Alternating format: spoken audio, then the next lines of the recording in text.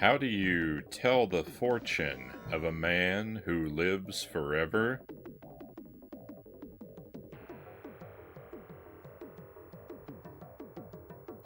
By reading eternity leaves.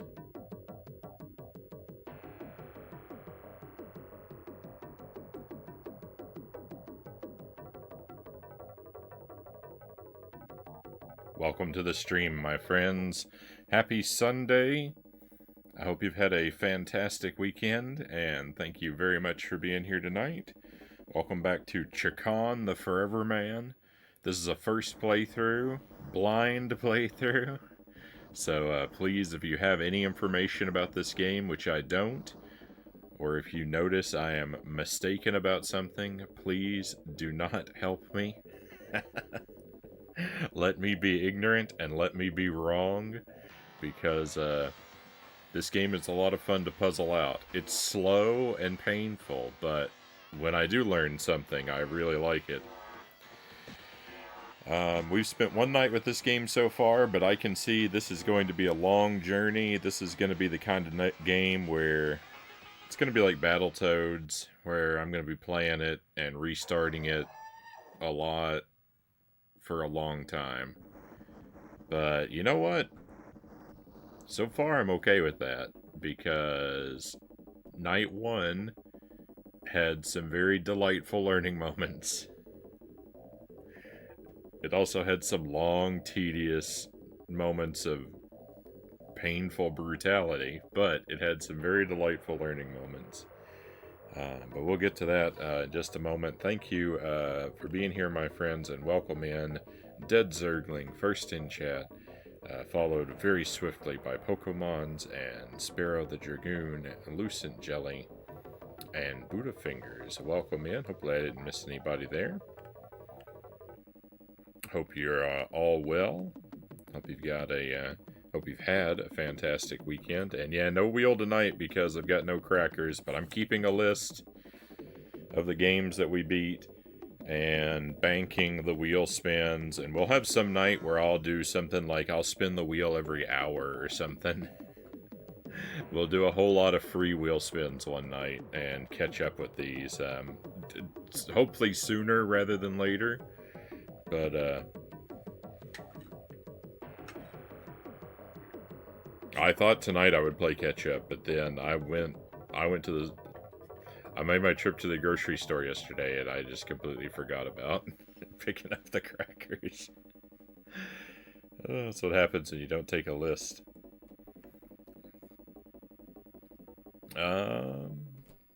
That's funny. I'm playing Majora's Mask right now, Pokemon says. Literally just started a new file right on. Hope you have a good time with it. I really like that game. I really, really like Majora's Mask.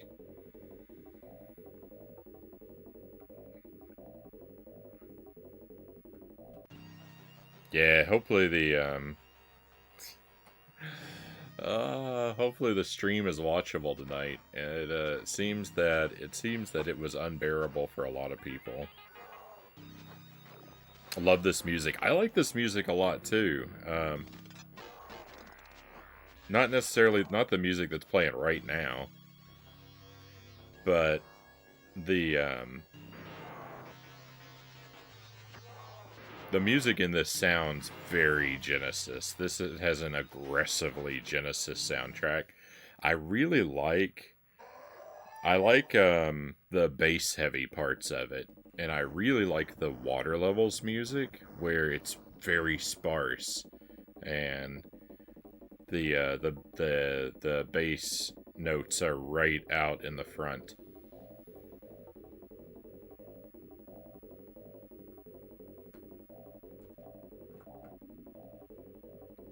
If you enjoy that opening music, I have ideas. This music right here, it's not bad.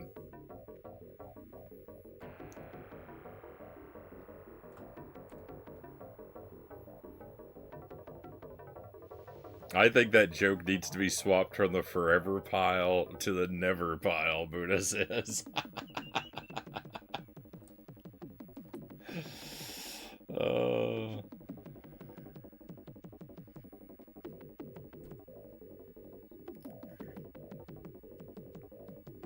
Majora's Mask to this day is the best side quest in the gaming industry. Some say Witcher 3 does, but nah.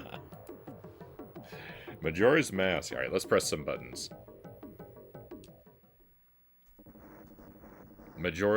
For Majora's Mask, the side quests are the main quest, and the main quest is a side quest.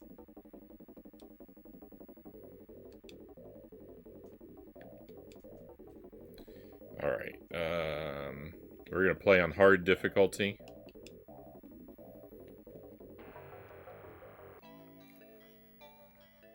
We started the game on hard difficulty. My policy now is that I begin every game for the hardest. I begin every game on the hardest difficulty and stick to it for the entire first night, and then on following nights I give myself freedom to drop the difficulty for the sake of learning if I need it, but I don't feel like I need it yet with this one. I don't really know that it would help me all that much.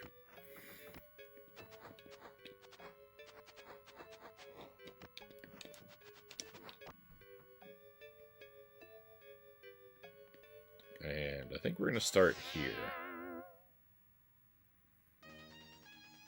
Are those planets in the background? I think so. One of them looks like an olive.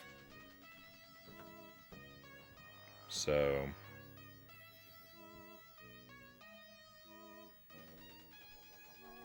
we're either floating through space or in a very poorly lit cupboard.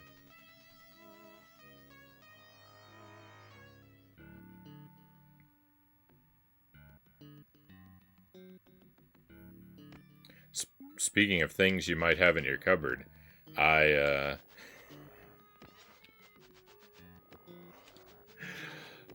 shared before that I had been trying to work up the nerve to have a I've been trying to work up the nerve to eat sardines. And well, I'm not a coward. I opened my one singular can of sardines. Was that yesterday? Yesterday. And tried them out. And well, they were delicious. They were excellent. Sardines is one of my new favorite foods. I can't believe I've gone so long without having them. They're great. I'm gonna use them as my post-workout snack.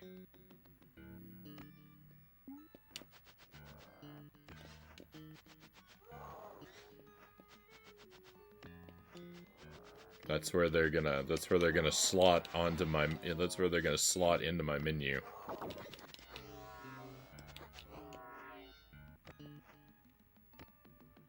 I was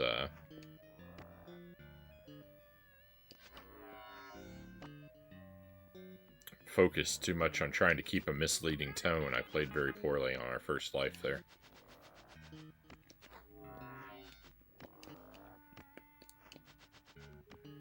But yeah, I like them a lot. They're like, they kind of remind me of like...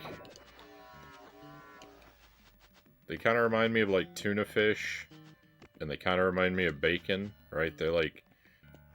I mean, they're fish, like tuna, but they're also like really like flaky, like fall apart, like canned tuna gets to be, but they're also slightly smoky and salty, kind of like, and there's fattiness to them, so kind of remind me of bacon.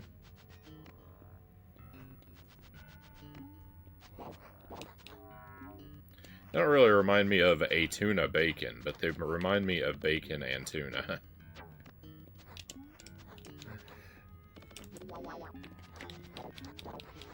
They remind me of those two things separately.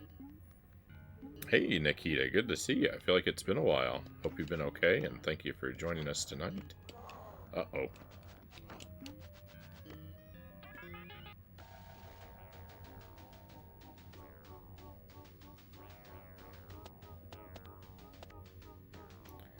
I don't remember what this is.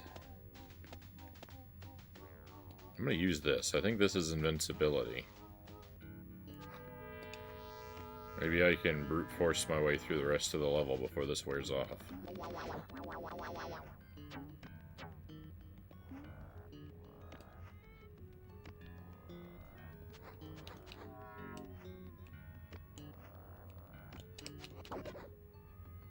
The current of the water is too intense.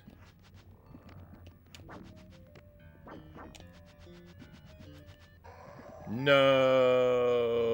I fell on an enemy. That's the worst.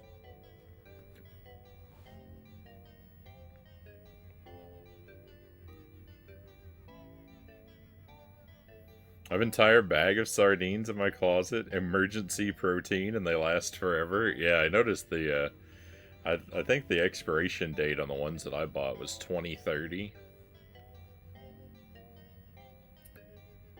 They don't compare to the wild frozen salmon I make, but they're still great. I think it's the 19 grams of protein per can. Tuna bacon. I'm glad you like sardines, Frownie. We could be friends for another day. Oh yeah, I really, really enjoyed them. Are you feeling okay, Frownie? Your description of sardines is actually somewhat useful. Maybe that's it. Maybe I'm only good at describing new proteins.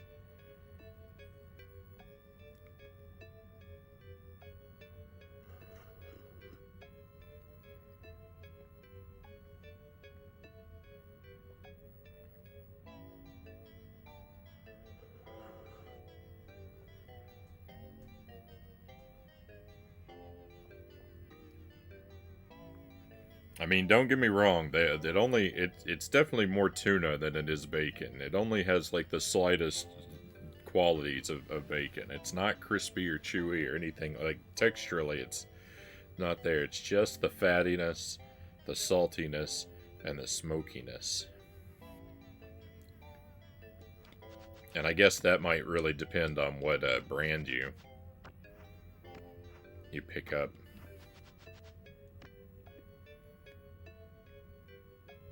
I went with King Oscar.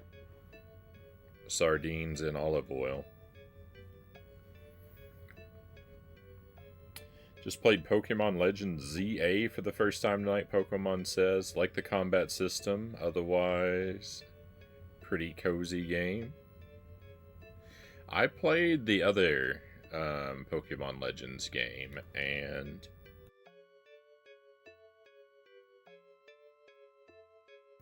I like the out-in-the-world gameplay of it. I liked hunting down Pokemon and traversing the world of the game. But the more time that passes, the more I focus mostly on how much I dislike a lot of things about that game.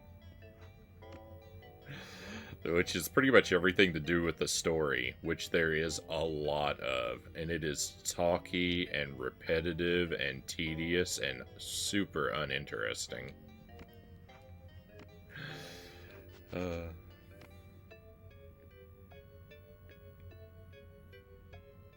But anytime I got away from the story, I had fun with that game.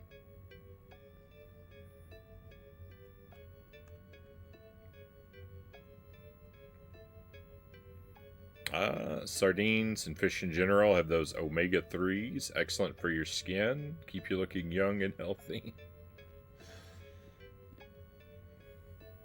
Mackerel are basically sardines too, but they're even higher in nutrients. Bigger too. I might experiment. I might experiment with other canned fish, but I'm not going to be in a rush for it. I like tuna. I know there's mercury issues if you eat too much, but Generally speaking, I like tuna. I might like sardines better. I mean, they have like a newness. They get extra points for newness here, but hey Salem, welcome in. What are we talking? What game are we talking about? I was talking about the Pokemon Legends, the first one. Arceus.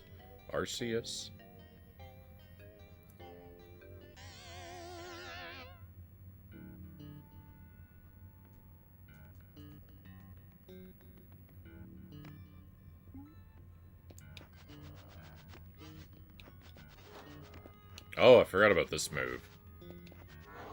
No, why didn't it execute right?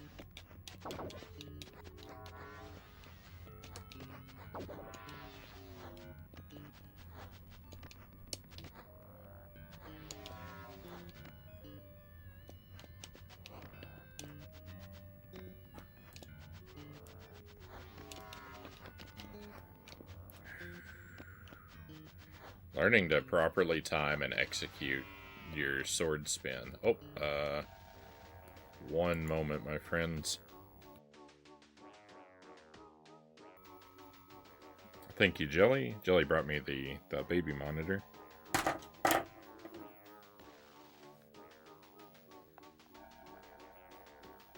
Just trying to put it somewhere where it's not eclipsed by something else, like my microphone. I've got tea tonight to drink, as usual. Green tea. Basically what I always have on the stream now.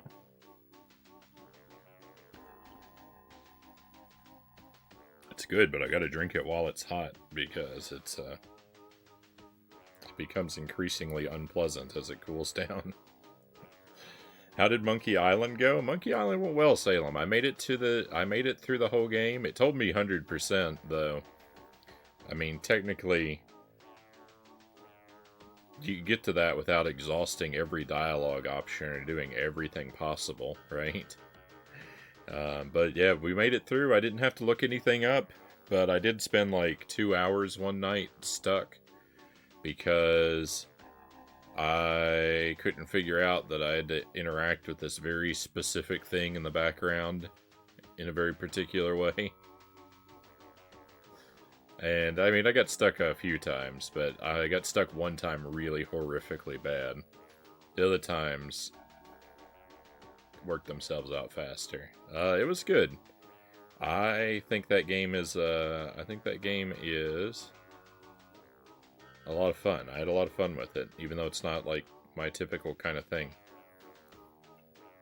We'll do Monkey Island 2 as well, but I'm going to save that one for down the road. It's on the, there's 2 of them. There's 1 and 2 on that PlayStation 3 disc, and I think I've got one of them on WiiWare. I think there's a Monkey Island game there too. Which that might be fun, because then I could use the Wiimote to click around.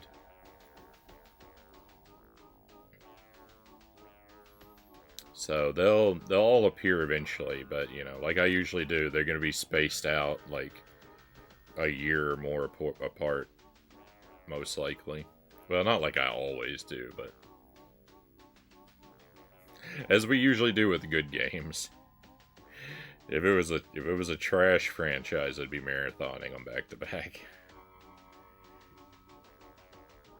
I feel like this game does something to my attention span, Buddha says. Feels like I'm distracted while reading and have to start the same page over and over. Can someone explain what's going on in this game? Well, that's a difficult kind of question to ask. It's like a platformer. You just try to get to the end of each stage. There's 4 worlds, and you can do them, and you can approach them in any order. But in the first stage of each world, there's a special weapon at the end. So you want to do stage 1 of each world to get the special weapons, and then you use those to do the other levels in the worlds. But you know, if you die, you get kicked out and have to restart, and if your hourglass runs out, it's game over. and then you have to do everything all over again. So that's about the best I can give you. Someone else could probably explain it better, but they probably wouldn't be allowed to because it'll spoil my knowledge. That's why I said that's a dangerous kind of question, or a difficult kind of question.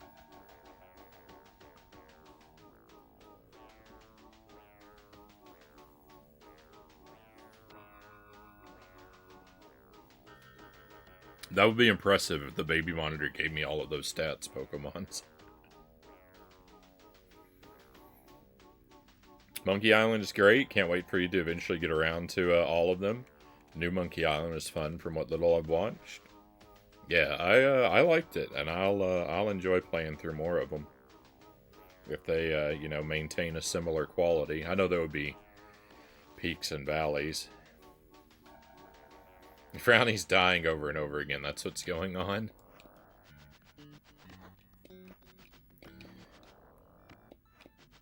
So it's definitely, I mean, you know, I said it's a platformer. It's not like an A to Z platformer. There's a bit of back and forthiness to the worlds and levels, but when you're in the world, it's just pretty standard. Just try to get to the end.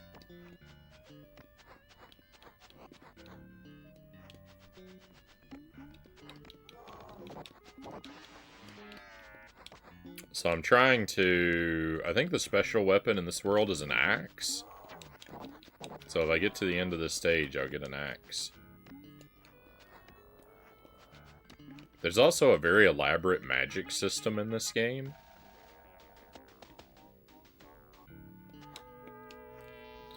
That basically has to do with us purchasing spells off of the pause menu.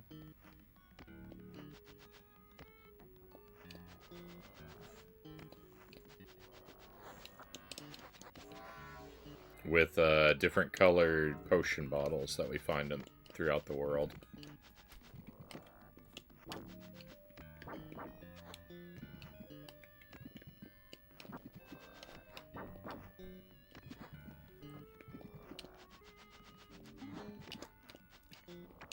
Oh, that's an enemy. That thing was blended into the background. Oh.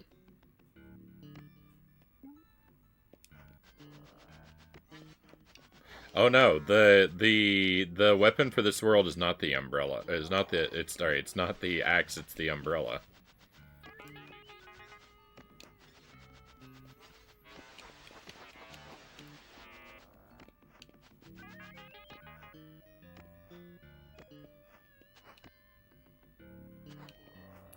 Paying with potions makes sense. Liquid capital.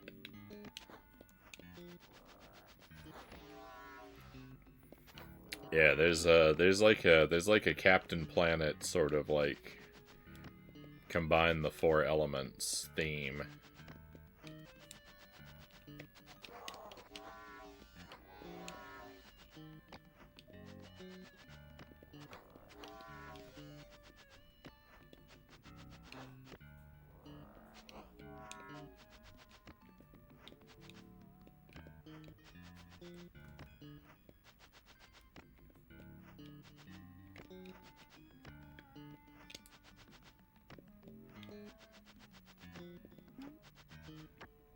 Oh, I thought there was a thing up there. Why'd I even try to go up there for?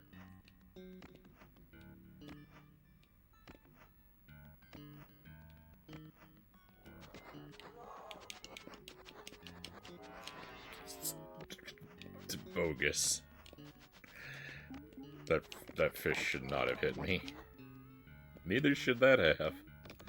I'm being very poorly treated by this game right now.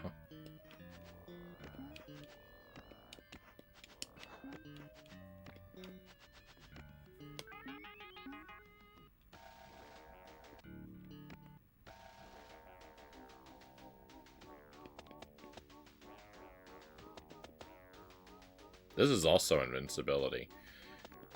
This is like high jump. This is invincibility. This is a laser sword. This is invincibility. And I don't know what this one does. I've used it before, but I couldn't tell what its effect is.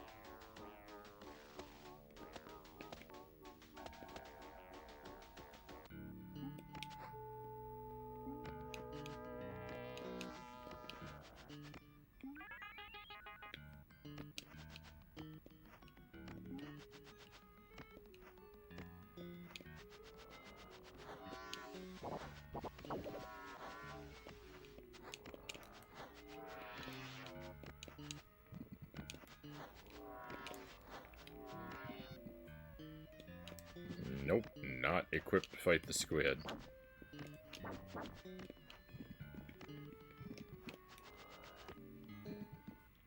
You know what I am equipped to do? I'm equipped to spam invincibility.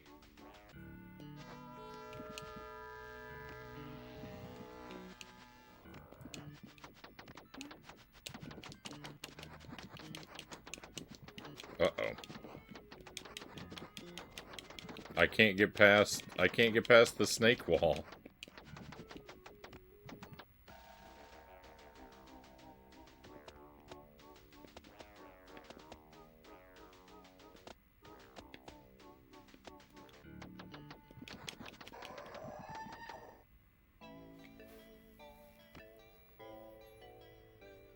Alright, that's a shame, because what that means is I'm actually going to have to do these in a different order.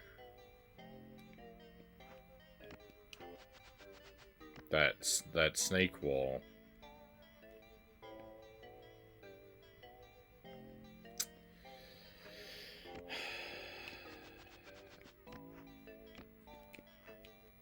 So on night 1, I got past that snake wall, but... Oh, Salem, thank you for the 100 bits. Welcome to Chakan, aka the Forever Stream. This game's gonna be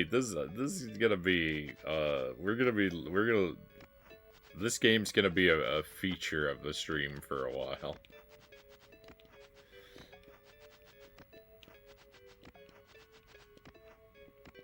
It's gonna be in rotation for quite some time. I like it so far, though. I thought I was doing the smart thing. I thought I was starting in a good place, but I wasn't, so I'm gonna have to go here instead. But thank you for the bits. I appreciate that. Uncle Muscles, welcome in. Good to have you join us.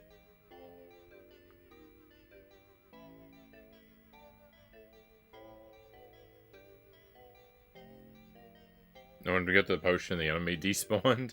I wasn't even paying attention. I guess I was too laser focused on the potion. Is this game pretty good? This game's really tough and kind of cryptic.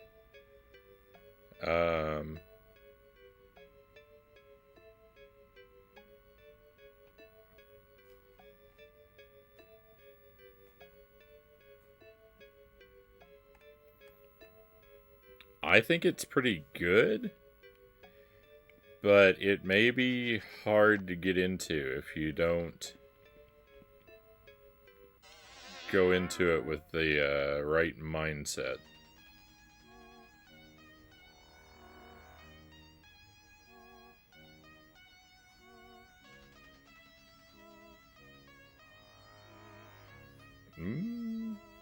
Conga? Was Conga in the chat? I didn't notice. I didn't notice.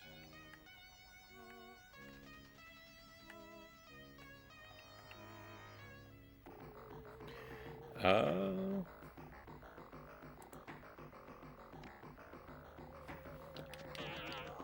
remember this being a very early Genesis game.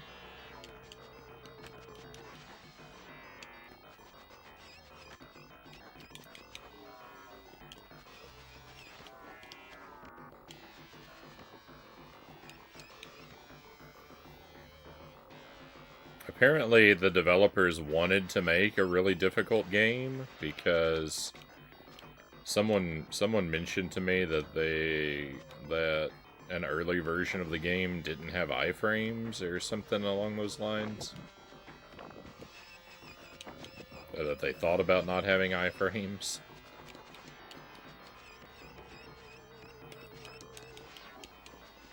And that's the kind of decision you only make if you're trying to be a monster. So...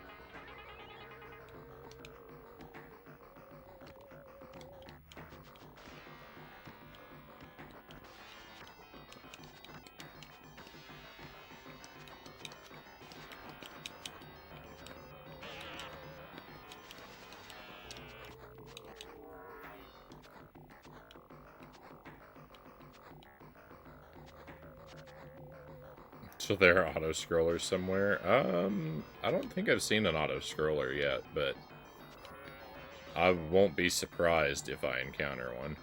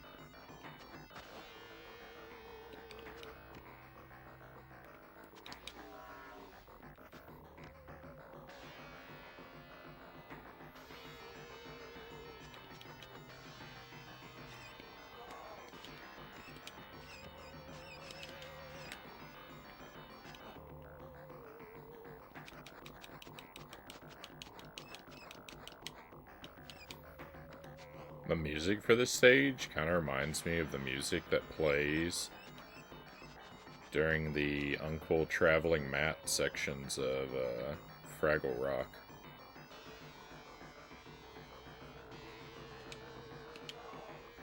Bogus.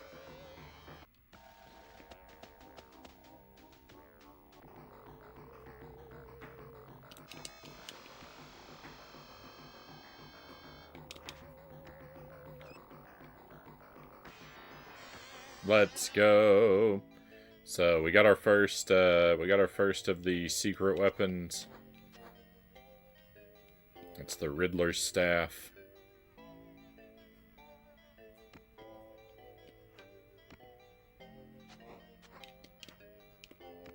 And its special ability is it seems to be able to tear open particular doorways.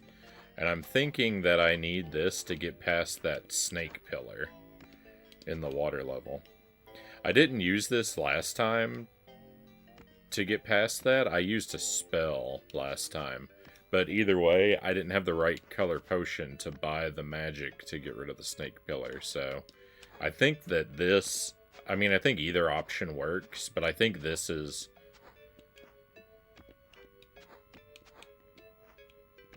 probably the primary way you're supposed to deal with that.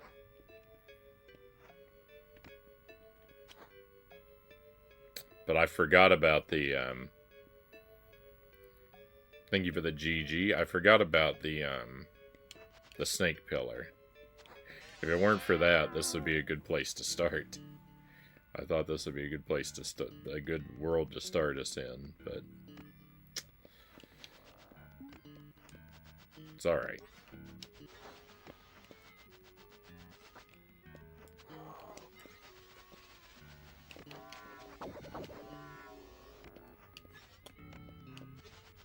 No country forever, man.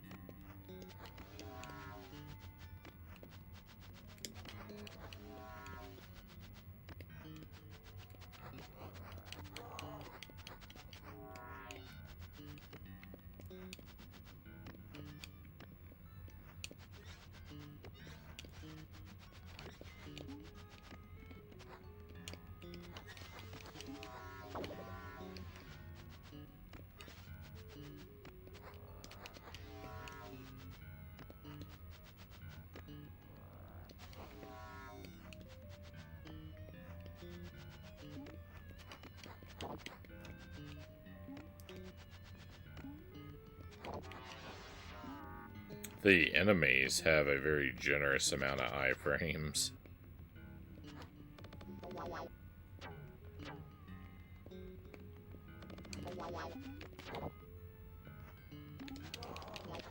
Generous for them, not generous for me.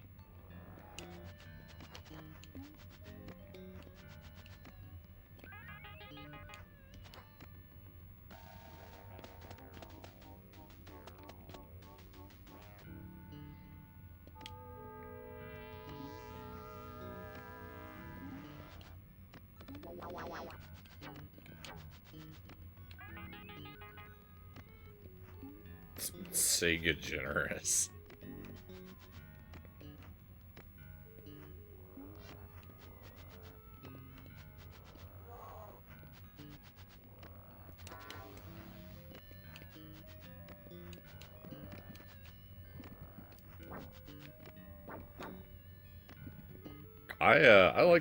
I like our character design. I think he's pretty rad. He kind of reminds me of a scarecrow a little bit.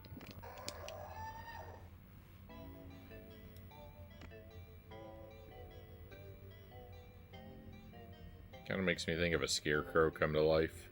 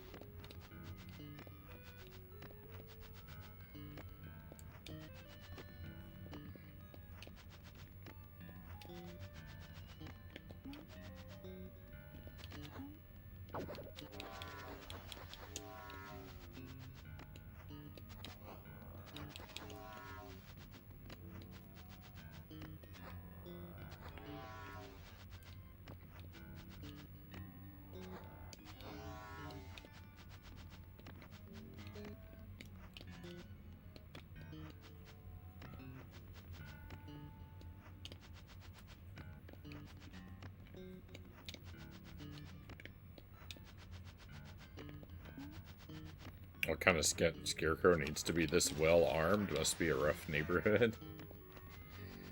I mean, most video game worlds are pretty rough neighborhoods, right?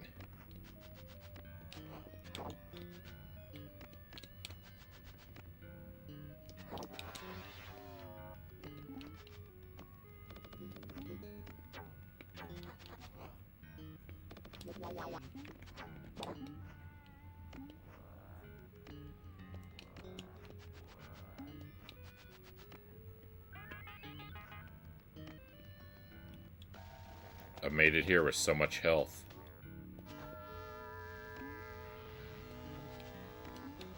Let's see how I inevitably ruin it.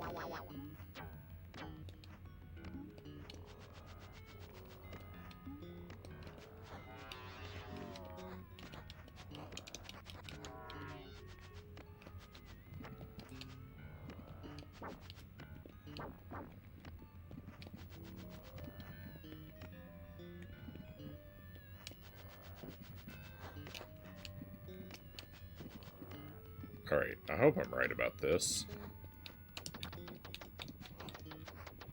Oh no, I was wrong. Alright, hang on. I can still maybe do something about it. One of these is a screen clear. I think it might be this one. This is... Alright, so this is how I got rid of the snake pillar the first time, was I used this. And it looks like that might be mandatory. Alright, umbrella acquired.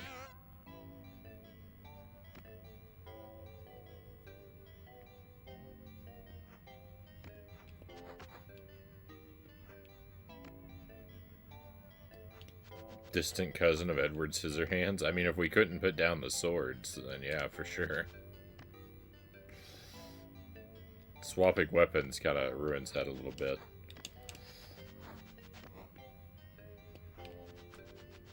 But other than that... Alright, I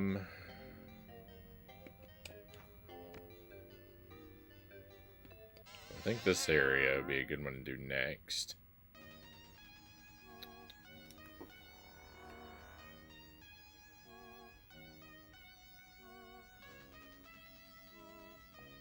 Chakan makes a mean sushi with that sword of his.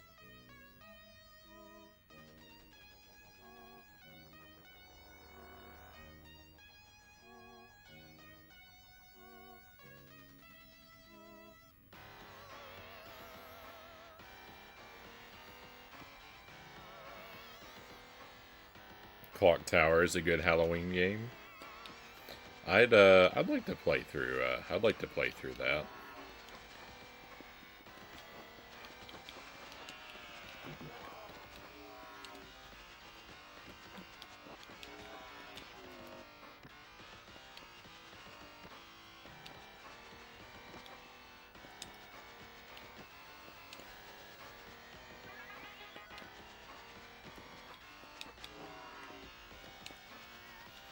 I think I've got 3 of them that I can do.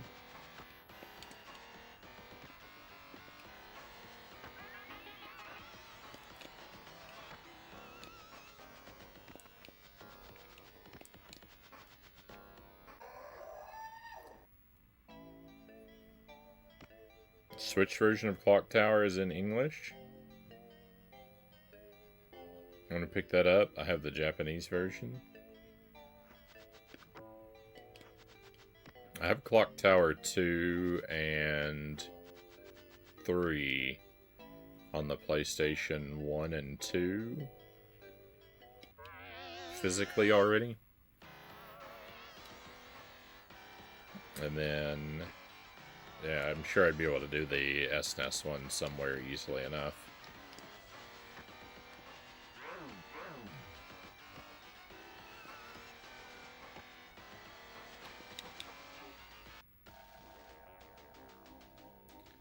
So I think that I can just use this.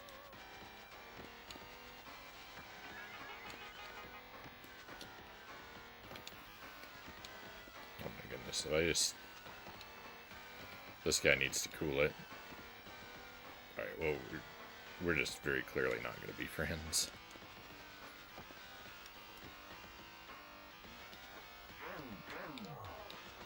What am I doing wrong?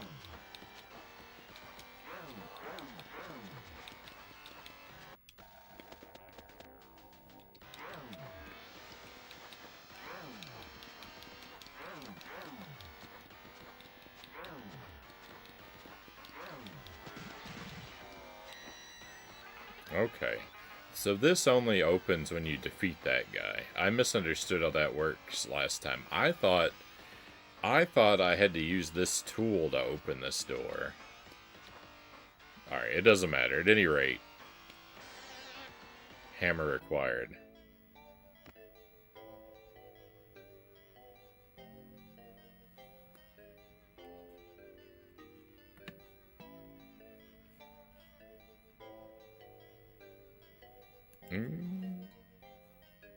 This game is artsy. Feels like an arcade game, kind of. Very much. I would say very much not like an arcade game, just because it's very complicated with a lot of back and forth between the levels. If you had to play this, like, it would be like trying to play A Link to the Past in an arcade. Like, it's a massive puzzle. There'd be it'd cost you a lot of quarters.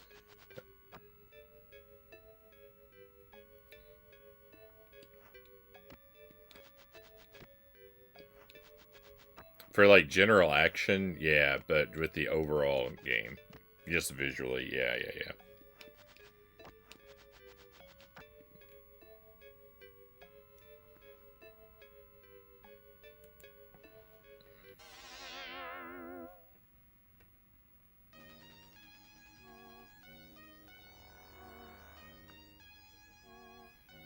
So on night 1, the point that I got up to was I had cleared level 1 in all 4 worlds.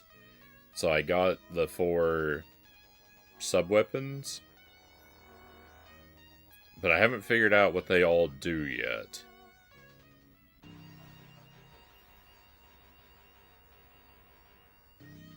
Each of them does extra stuff. Like the umbrella lets you grab onto certain platforms and like spots in the background.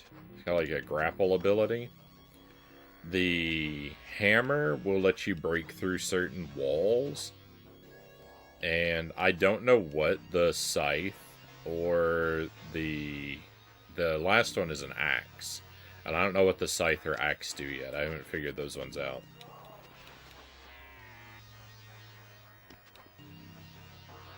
So it'll be progress if I figure that out tonight.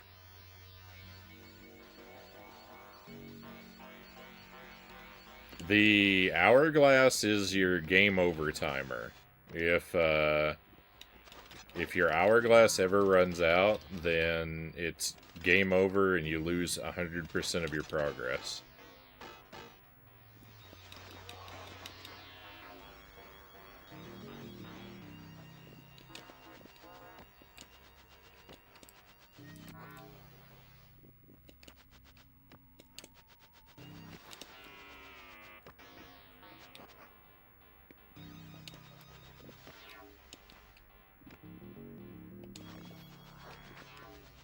You can reset the hourglass, but it costs specific resources to do so. So see, you can grab certain stuff with the hook. It took me a while to figure that out. And if you grab it while you're in motion, you can swing. You can't swing from, like, if you're stopped, you can't gain momentum. But if you grab it with an initial swing, then you can use it to swing. It's pretty useful.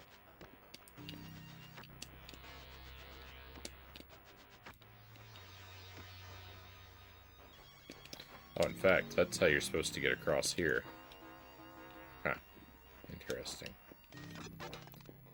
I didn't have this the first time I beat this level, so I didn't know that. Oh, no, I don't want to be down here. This is yucky.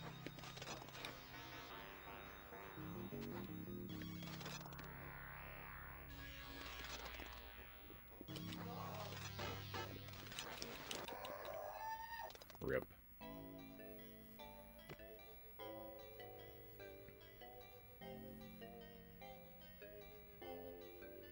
This is microwave. It punishes food that has been bad.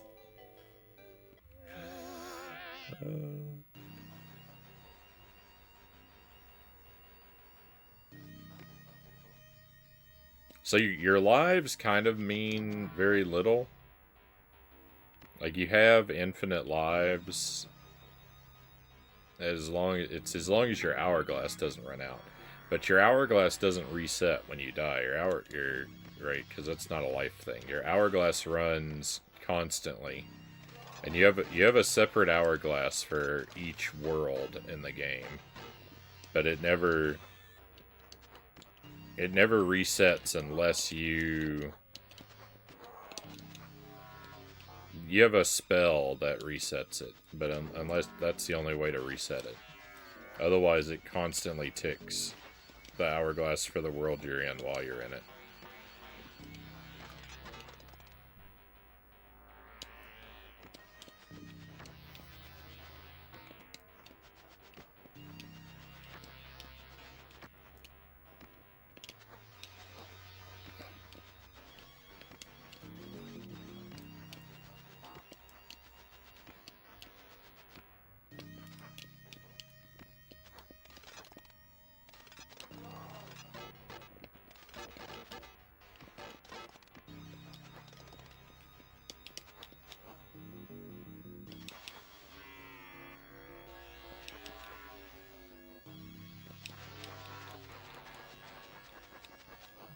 This is an underrated game. Well, I mean, I think so, but it's not all upsides. Like, there's something like your character. I'm very mixed on our character because, like, you have a lot of cool abilities, but they're a little janky to execute. Like, you've got this double jump, right? But you can only you can only execute the second jump in the first half of your first jump. When you jump, you can do your double jump if Chakan is still moving upward.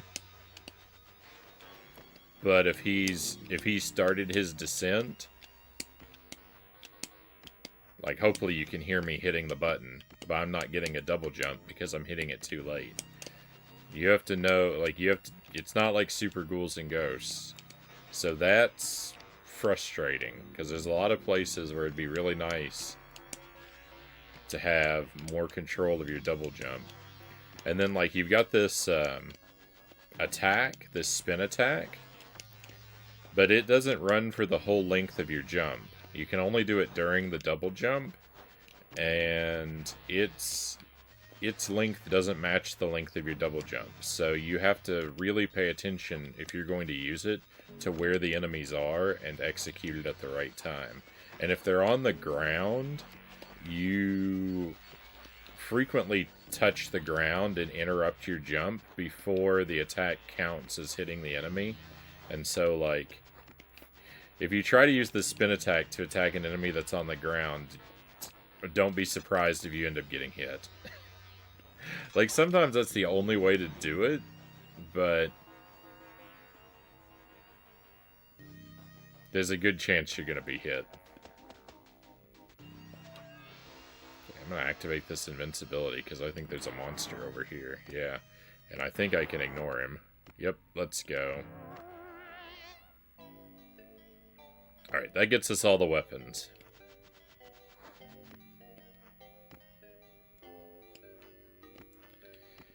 So that's it. That's level 1 of all 4 worlds. That's, I think, all the sub-weapons acquired. All the ones I know about, anyway. And see, this, like, medallion is filling in. These blue spots weren't here. So there's, like, 6... There's, like, 6 levels in every world. So I've got, like, 24 levels left to do now. Or no, 20 levels left to do now, so I got 5 in each world. Look at my hourglass.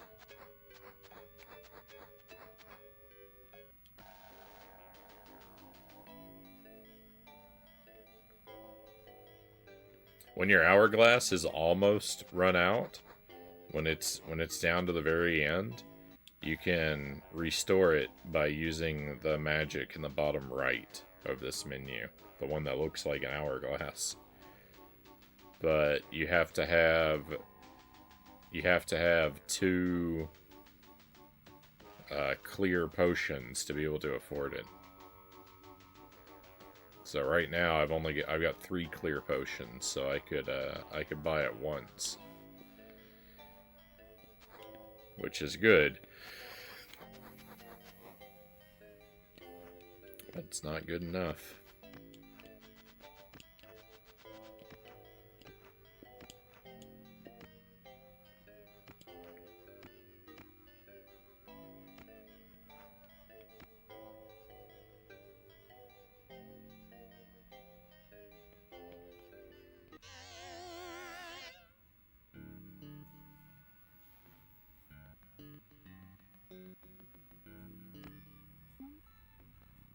Okay, this stage I've done already, so I should be able to do this one again.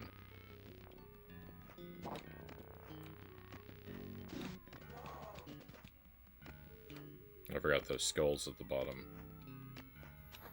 did damage.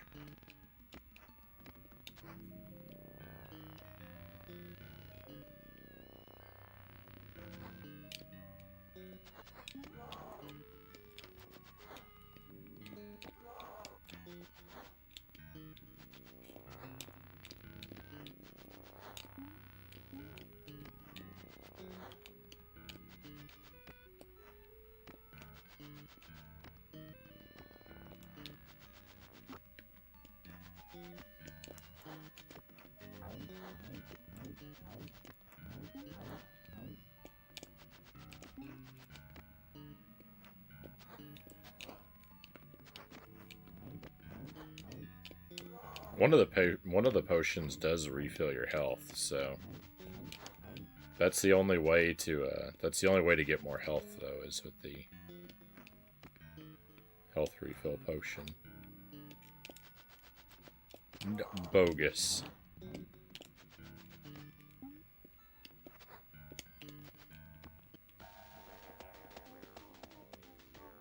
Oh, which also costs the same thing as the timer flip. Well, that's bad. No, I didn't want to...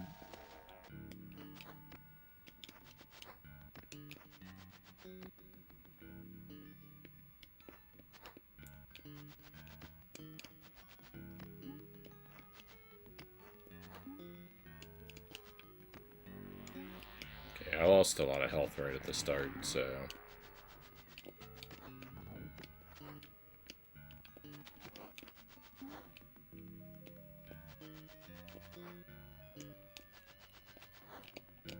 It's alright if I lose this life and have to reclimb.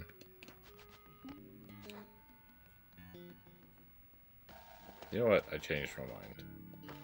It's not okay.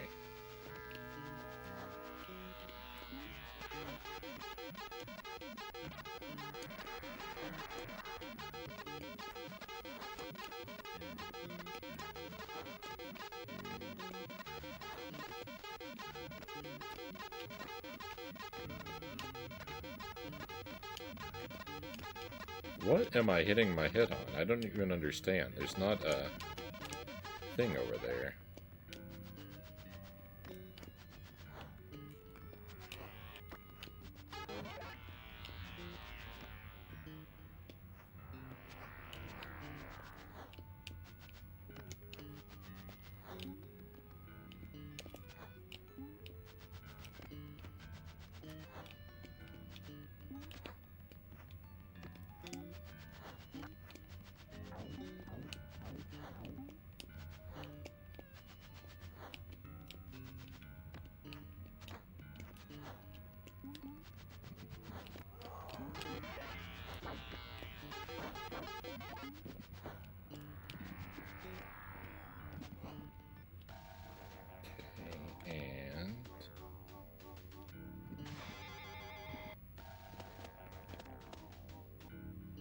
Better go ahead and use that.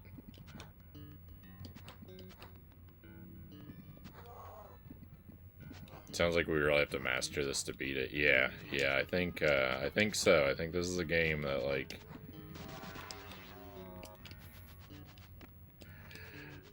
I don't think there's a lot of, like, casually beating this game. I think it's,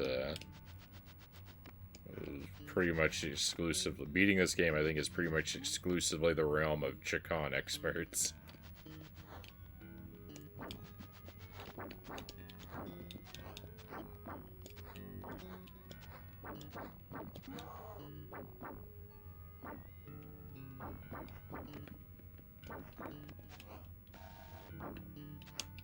But is this not the end of the stage? What's going on?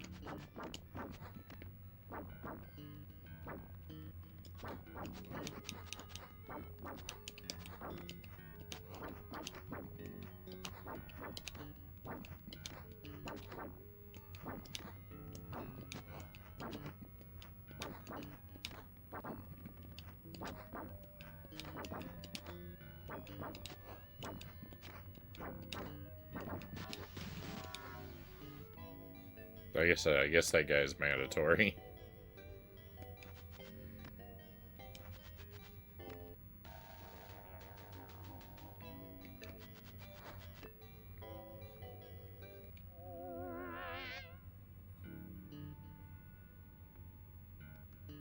Alright, and on night one I started this stage, but I didn't beat it. So we're very rapidly now approaching my PB with the game.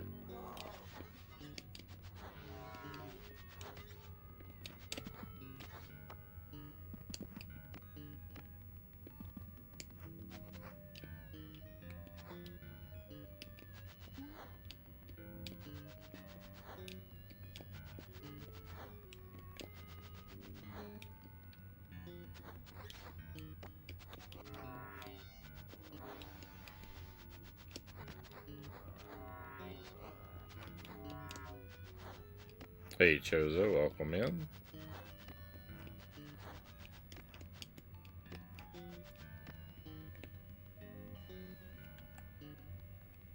He's starting to learn that this game is evil. I mean, did I not learn that on night one?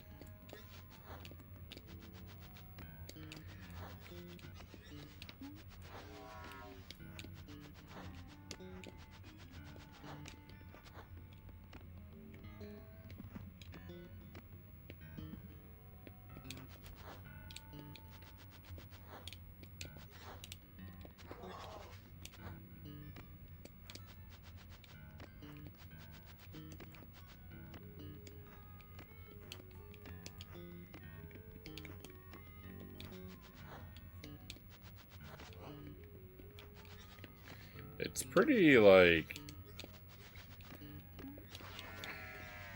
It's a really, like... complicated game.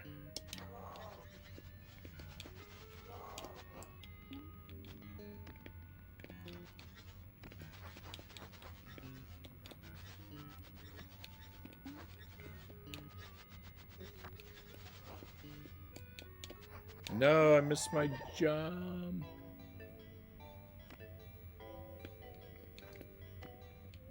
Especially for the Genesis. I like it a lot so far, though. I think, having so many abilities in particular is really interesting.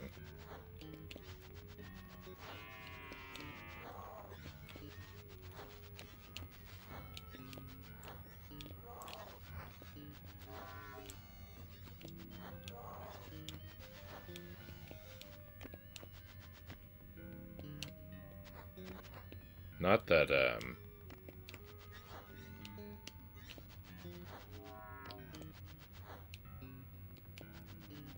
sheer number of abilities divorced from context itself is interesting, but...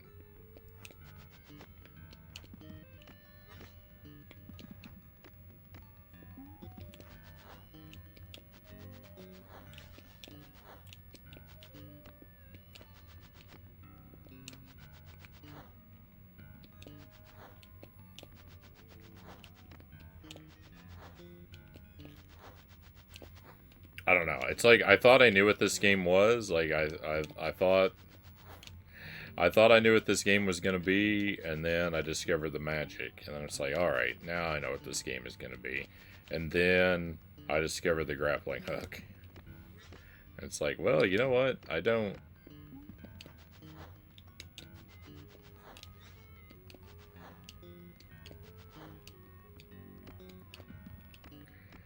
actually know anything. Why can I go past this door sometimes and not others?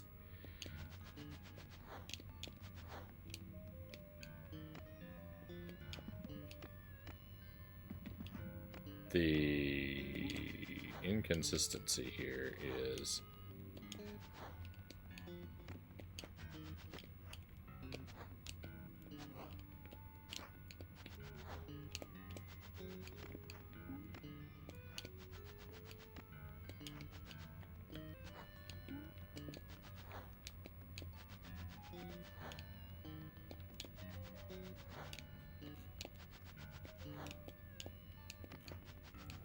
No, leave me alone, fish.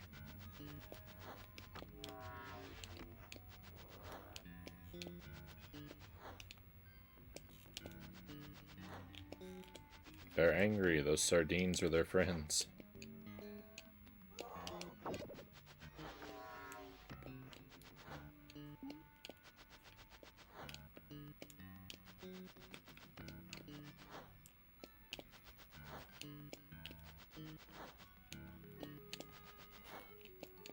Let's go. No, bogus. I disagree.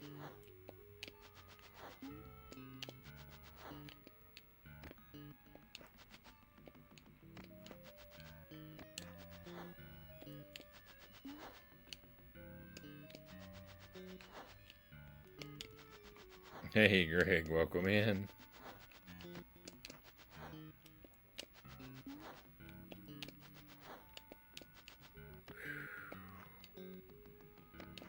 Why can't I get through there? I did it the first time, no problem.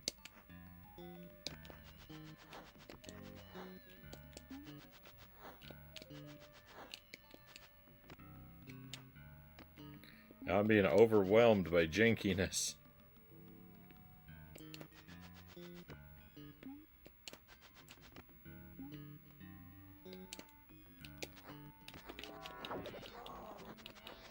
Rip.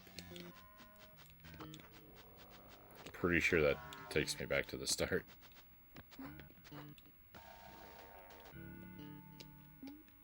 Okay, please work.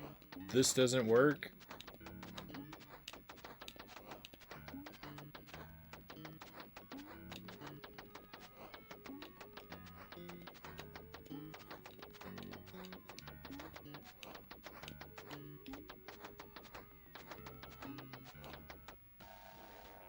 I'll have one of these, though.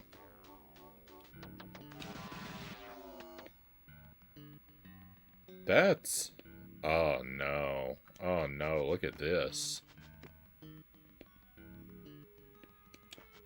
Pick a door.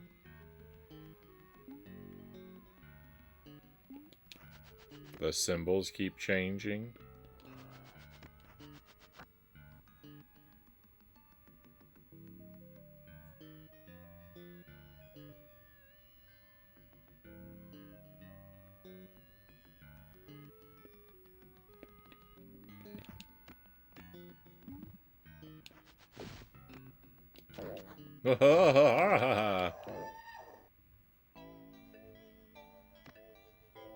Awesome.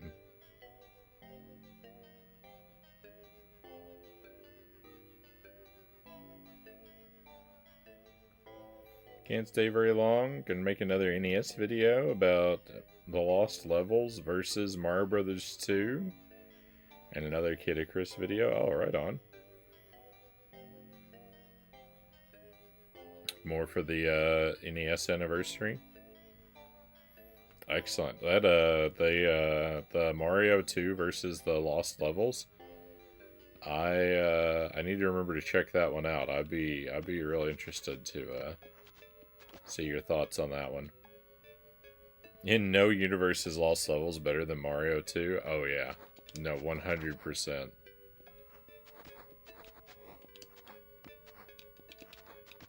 When I read that comment, I read that before I read Greg's comment, Chozo, and I thought that you said, in no universe is Lost Vikings better than Mario 2. Because if I see the word lost in one of your comments, that I just, now my mind just autocorrects Vikings after it.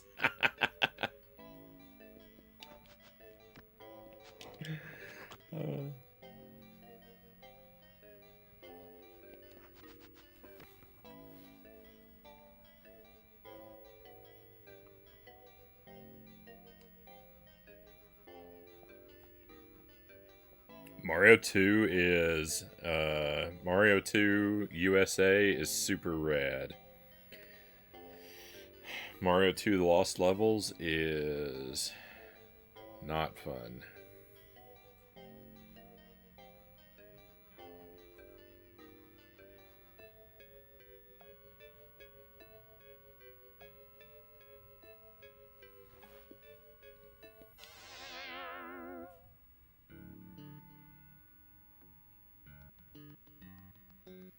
This game requires near perfection.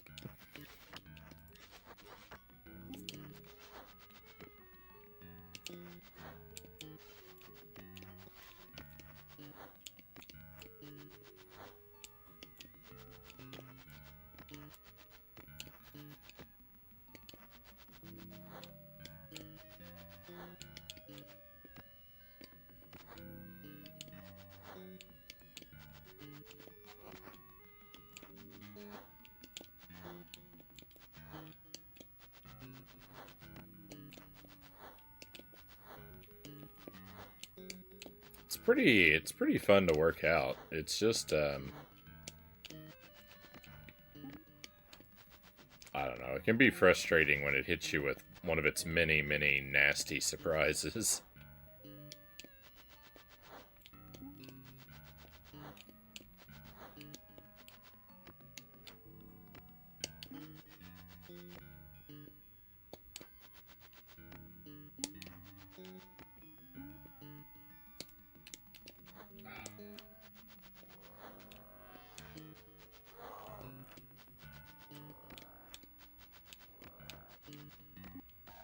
Oh yeah, I don't have the thing now.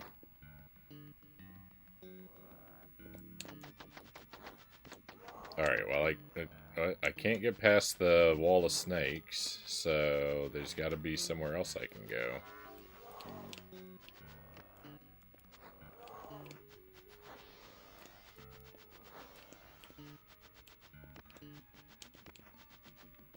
I mean, I can always just die and restart the area. That's usually what the game has in mind for me.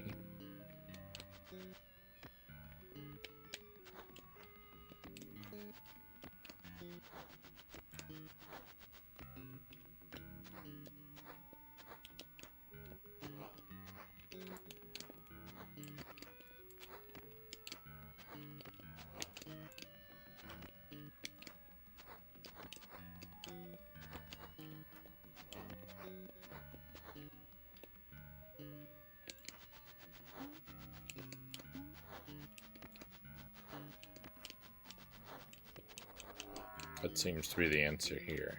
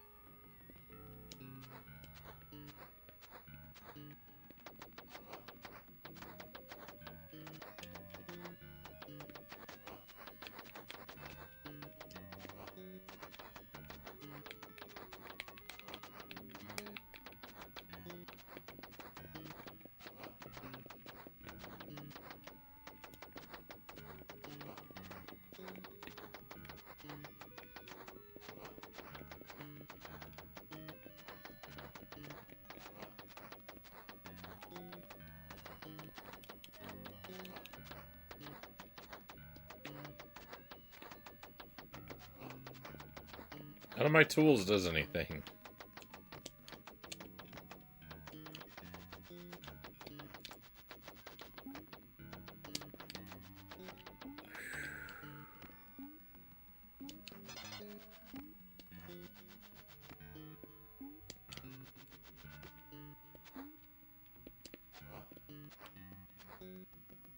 I'm gonna game over soon.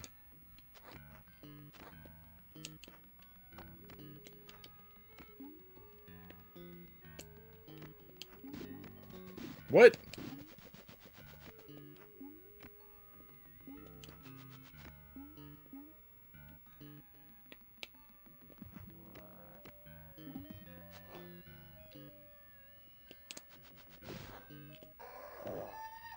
Okay, that was actually a mercy.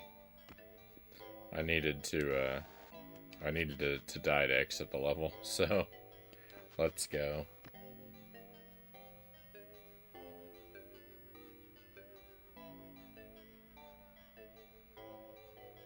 Thank you for stopping in, Greg. Yeah, hopefully we'll see you again soon. Good luck with the videos.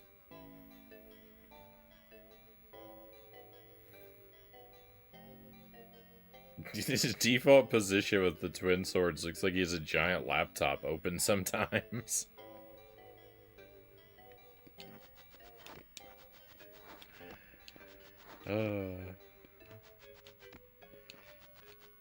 Alright, so I can't go back to that world until I get some clear potions. Because if I don't flip that hourglass, then it's lights out permanently.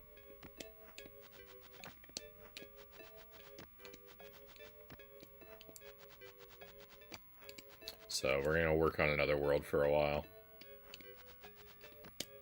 And if I get the potions I need, then we'll go back there and try that some more, since I've learned a lot about that stage.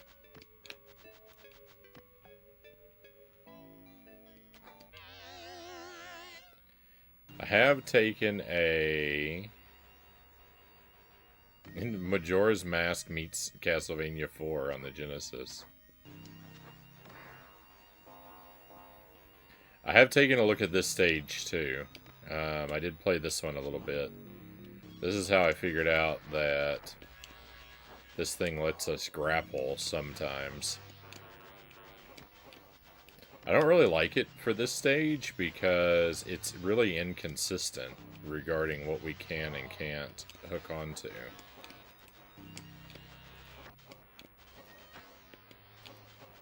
Like, all of the things in the background look the same, but they're not all equally grabbable. And that annoys me quite a bit.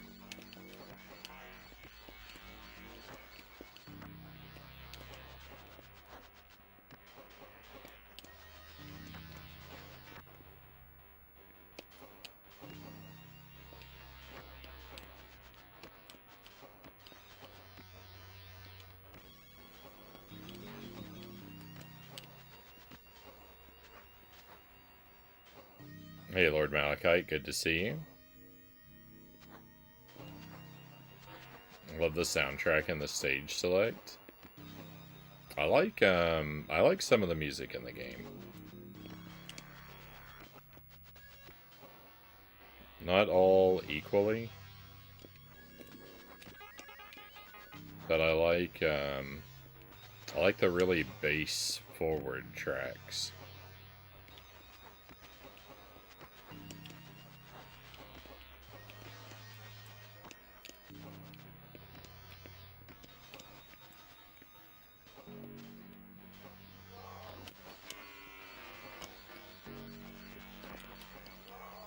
Picked a bad time to glance away from the screen.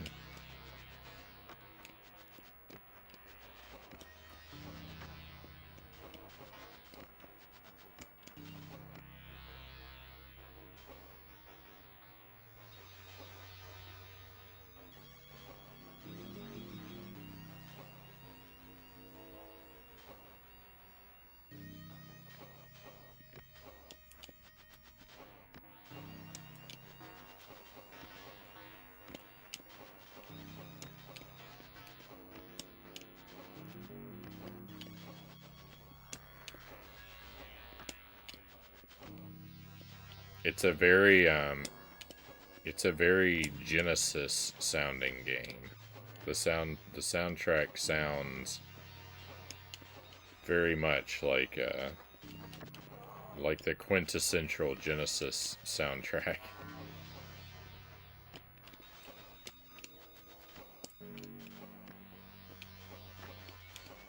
It's got all the tones I expect from a Genesis game.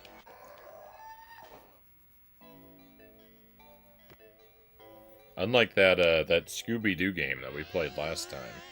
That game did not sound like a Genesis game at all.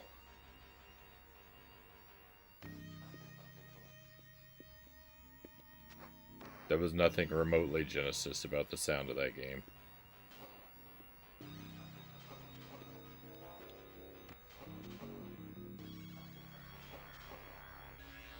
It's what I felt techno music was accused of being by those that didn't like it.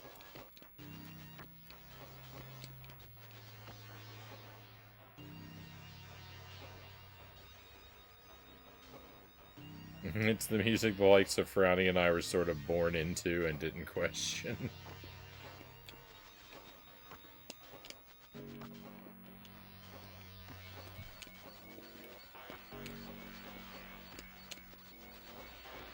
I don't know if I have ever described... I don't know that I ever would describe myself as having been born into techno music.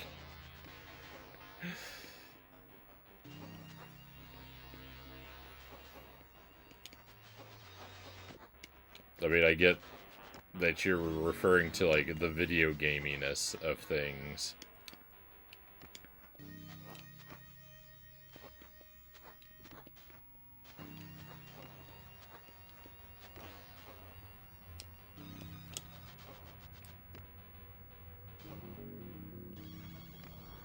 I assume.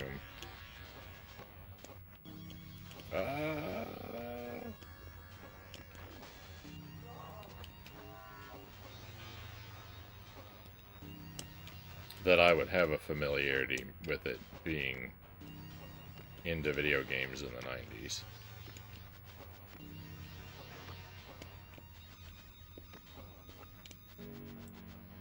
Yeah, yeah.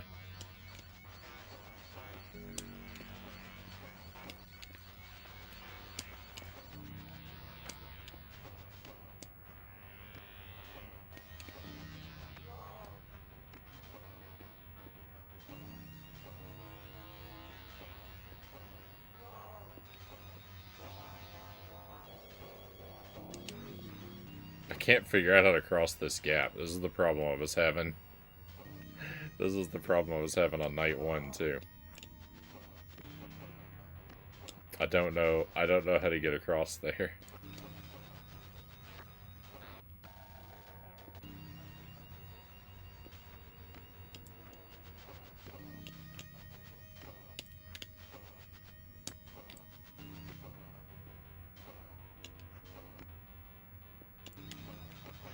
Oh my goodness. I have so many, like, jump inputs that I miss. Because it's just hard to feel, like, where...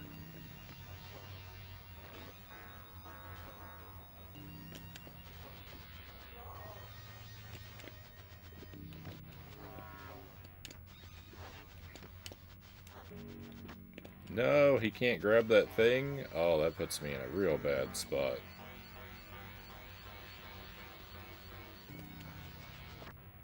Oh. What? You can walk through that?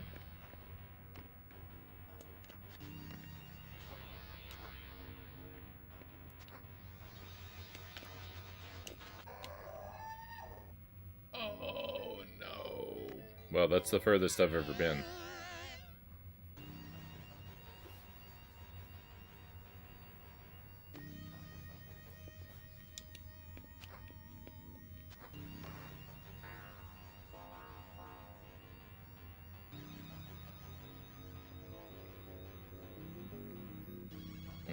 Techno is severely divisive to those that were dragged into the late 80s, early 90s without prior exposure. Electronic music didn't do well in 80s Australia.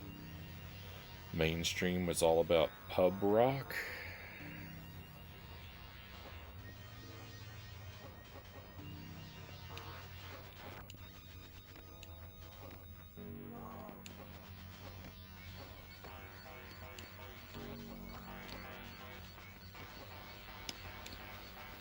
I mean, I spent the 80s and 90s pretty much immersed in whatever was playing on the country music radio stations.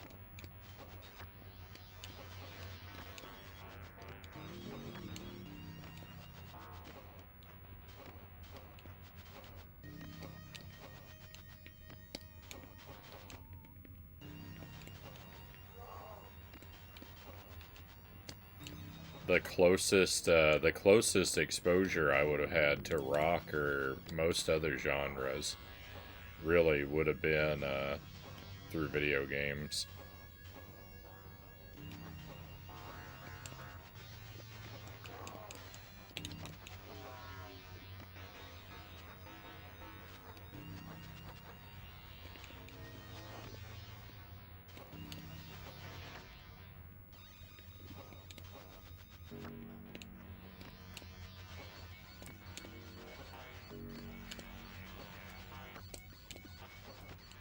Billy Ray Cyrus.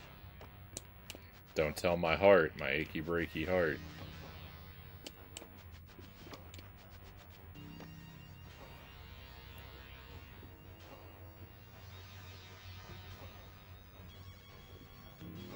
If you're wondering who are you to make such a claim, well, my uncle was part of the biggest band in Australia of that time, Sparrow says. I mean, I wasn't, far be it for me, I wasn't, going to dare to challenge your credentials.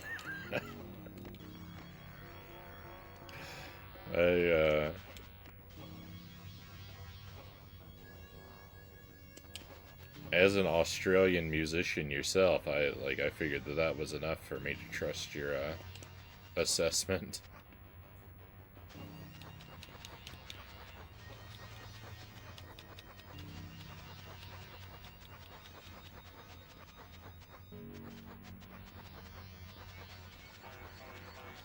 It was to the point where I thought it was normal for my grandparents to have gold and platinum records in their hallway. That's pretty, that's actually pretty awesome. RIP! I saw more of that level than I've ever seen, but my hourglass. I kind of stopped caring about protecting my life there because I needed to lose it because of my hourglass. This game is impossible.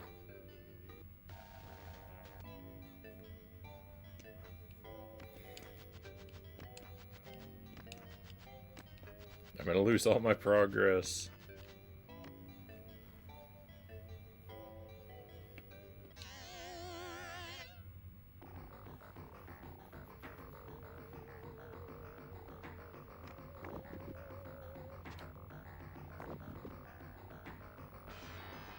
I've never looked at this stage before. I don't know what's...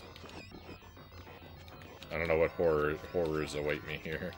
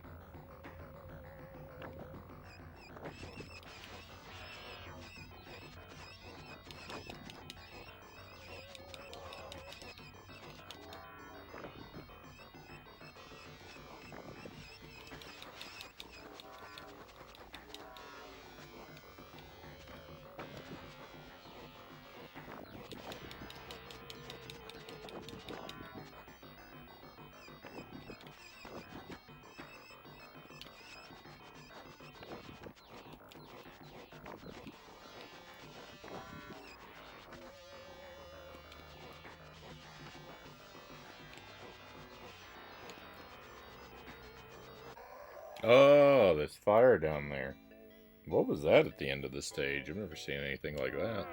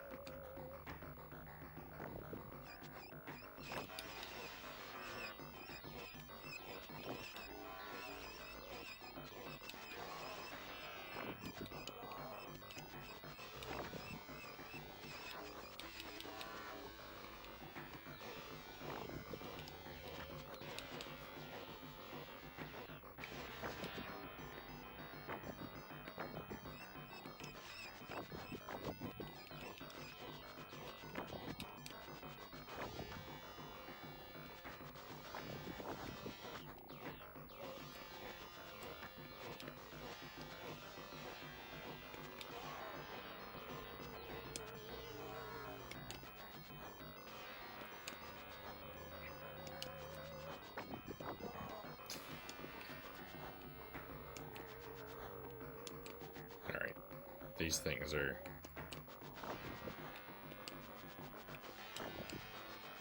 really making life kind of terrible.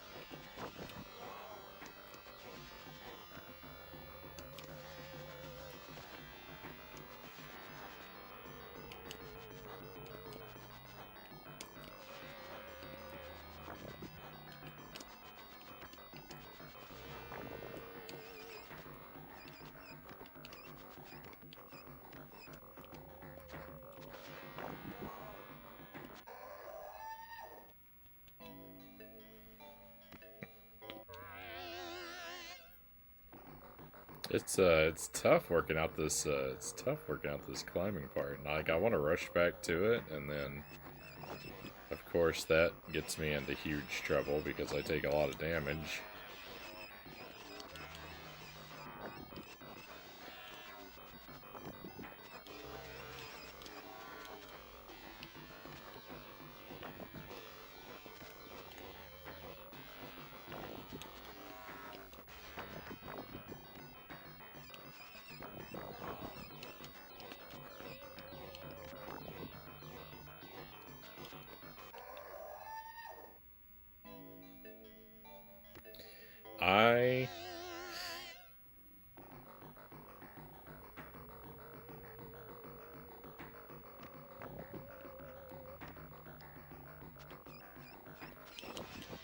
I mean, look how long this enemy's iframes last.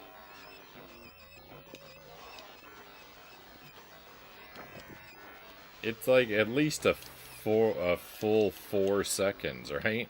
I've never seen an enemy in a video game with so much iframes.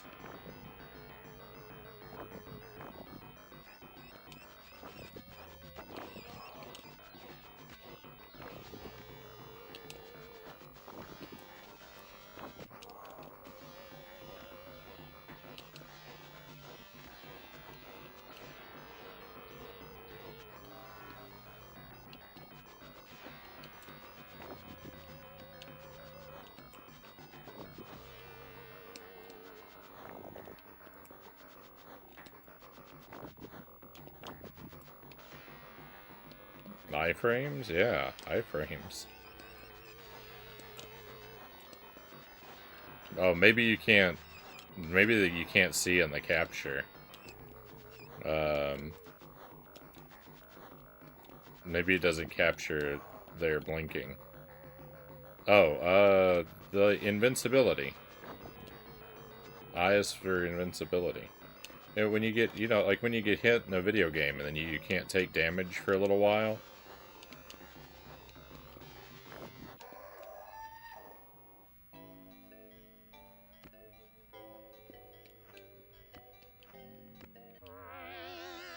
Yeah, usually it's signaled by a character, yeah, flickering.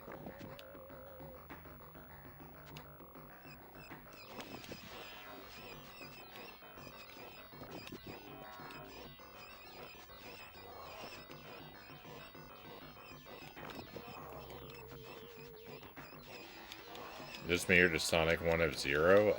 I haven't played Sonic 1 in a long time. So I don't remember. Some games definitely... I feel like it...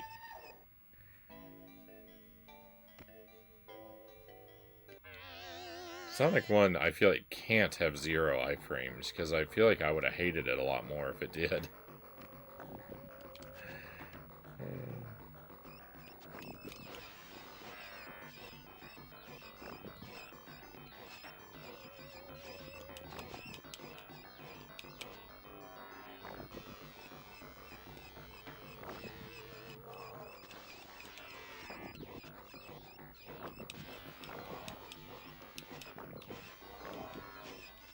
To be clear, I did not hate Sonic 1. In fact, Sonic 1 is probably my favorite of the Sonic games I've played.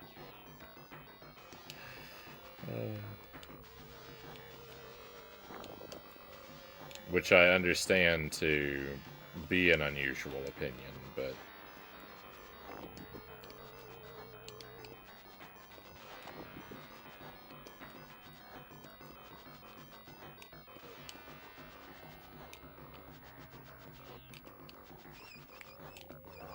can't help it, it's just the one where I had the most fun.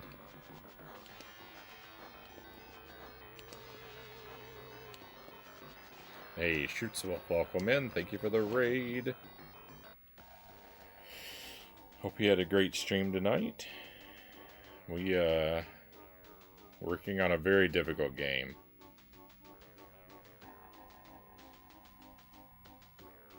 I'm having a good time, but it's a lot, there's a lot of struggle.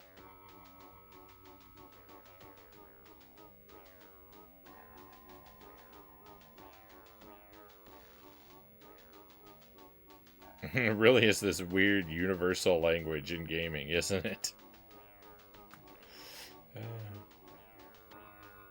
Flickering means you can't get me.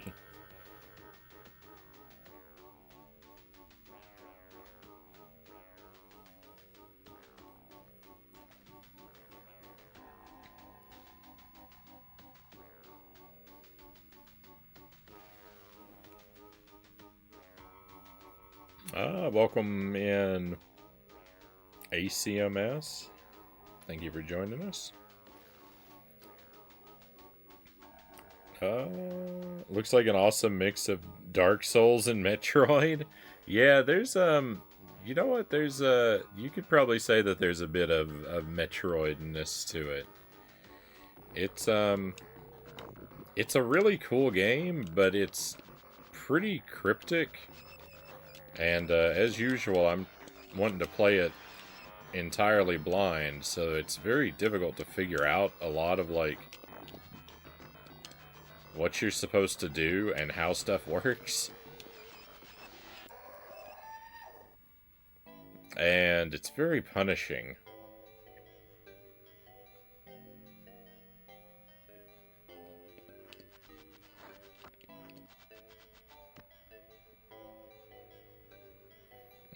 It's a play on Acme from Looney Tunes.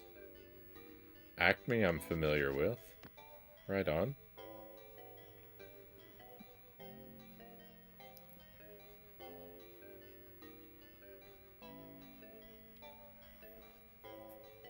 It sounds exciting to dive into. It's definitely worth checking out. It seems like it's a very, very difficult game to beat, though. Like,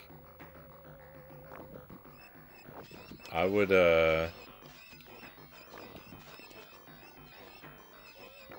I'm expecting to spend a lot of time on this one.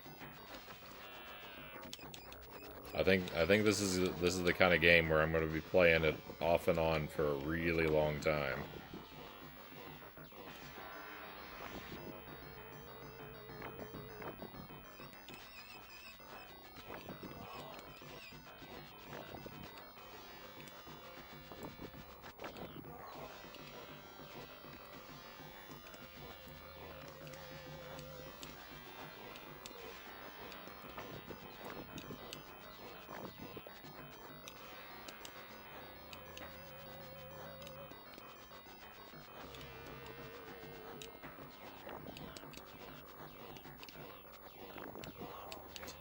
I'm really bad at predicting how he's going to actually grab onto these hooks.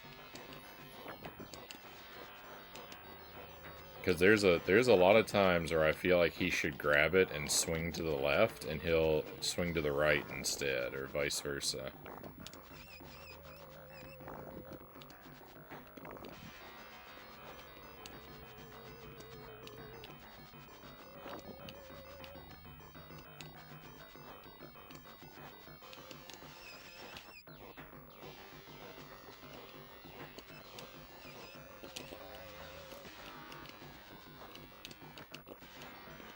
Pretty sure that enemy is just gonna respawn.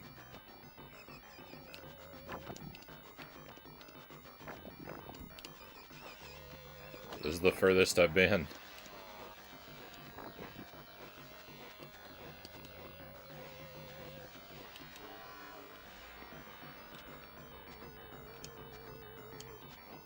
Hang on.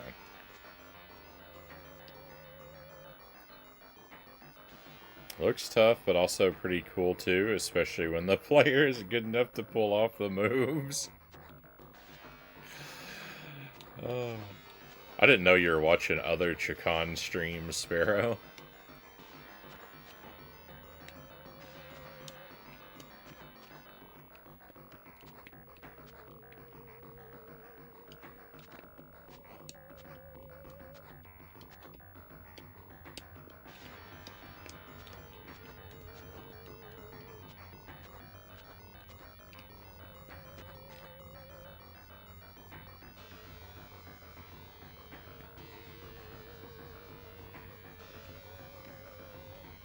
I mean, there's definitely something going on here.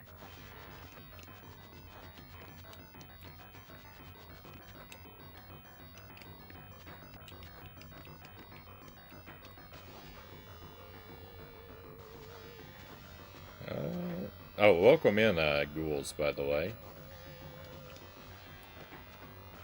It's meant to take forever to learn. Enjoy it, Frownie. I mean, it is called the Forever Man, right?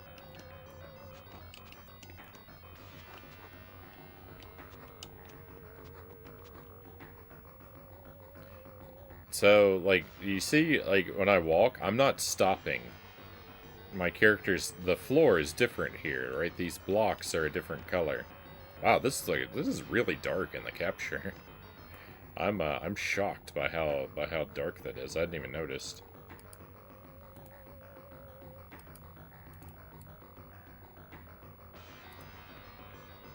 Oh no, I broke the, I tried to fix it and I broke it.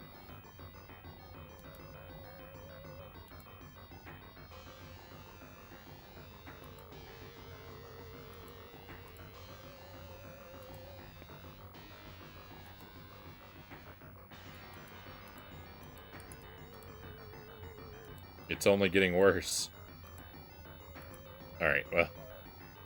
Let me see if I can fix the capture.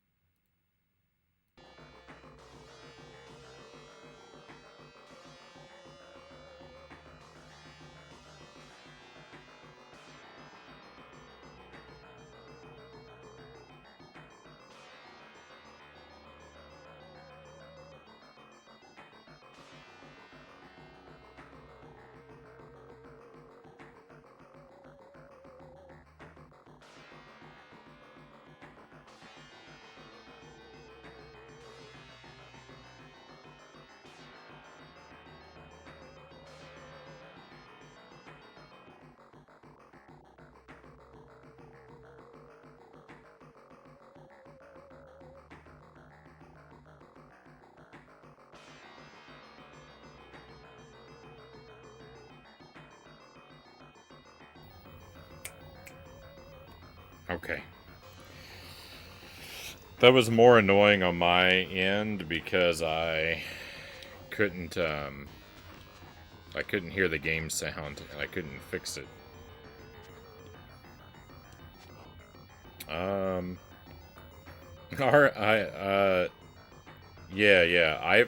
Iframes are just the grace period after you take damage. I don't think anyone would use the term to refer to like Mario Star.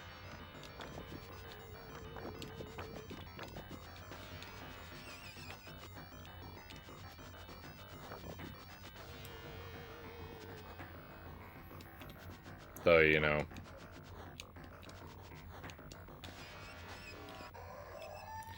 I would definitely consider it a foolish move to consider me an authority on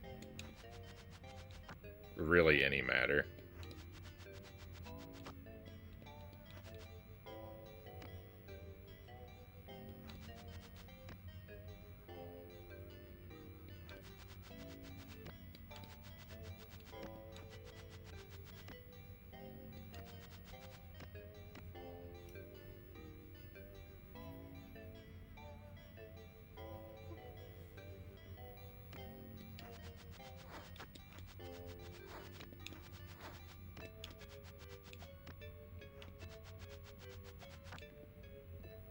Well, if I don't find...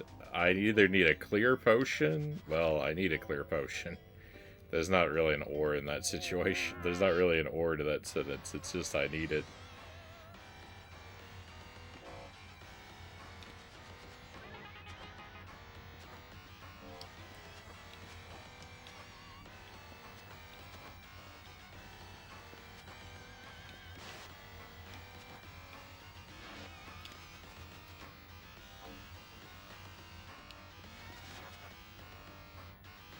The Mario Starman is just I.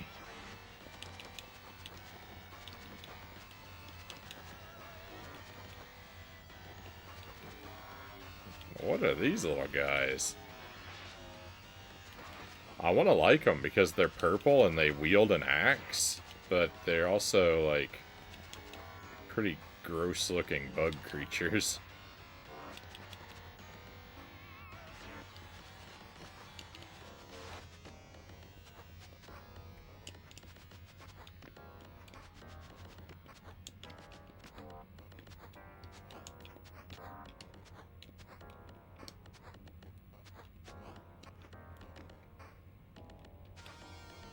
Yeah, they almost looked like they're going to be my favorite character.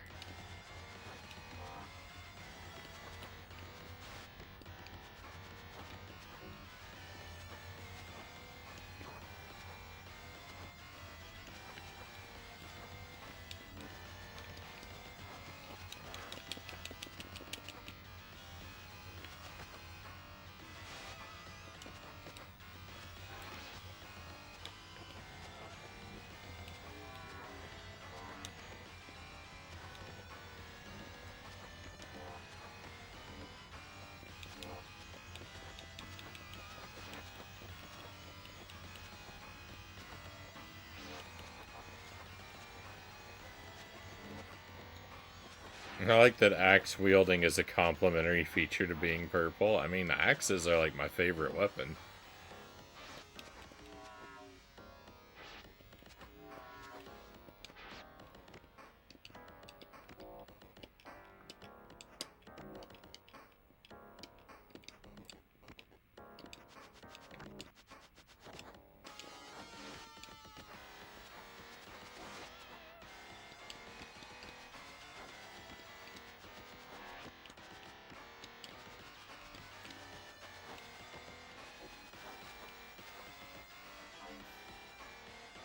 The music doesn't hesitate to be abrasive.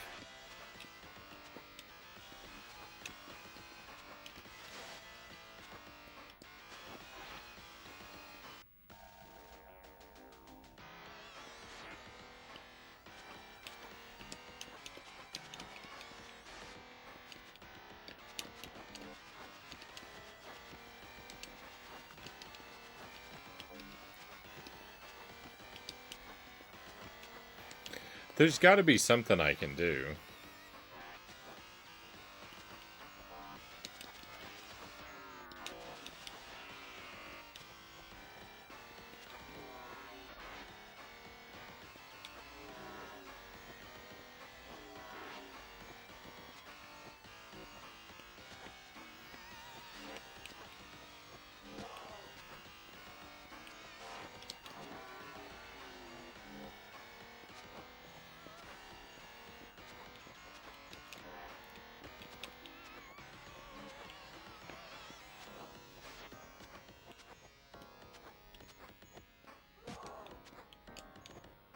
Those enemies are too clever. They're smarter than me.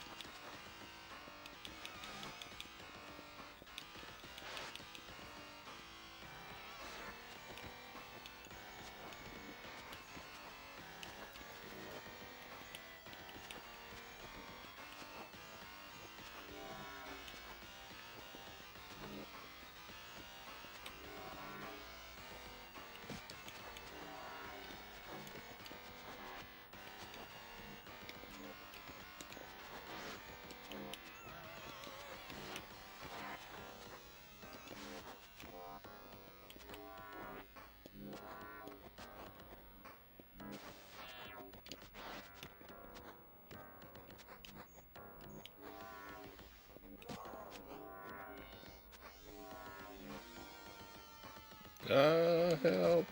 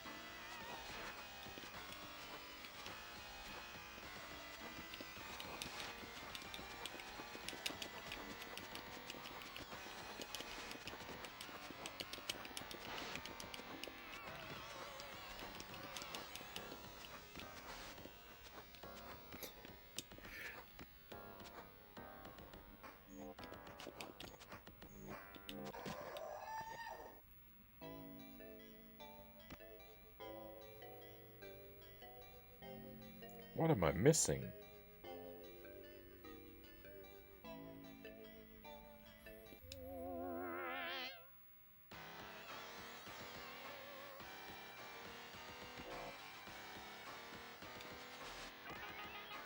Red potion.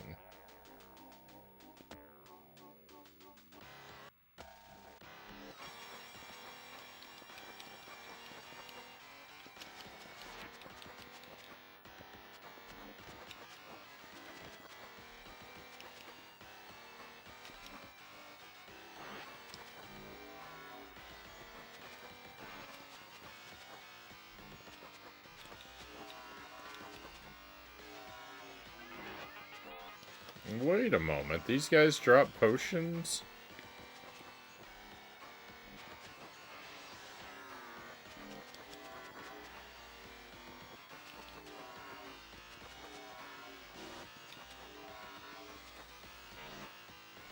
Oh, or those are just there.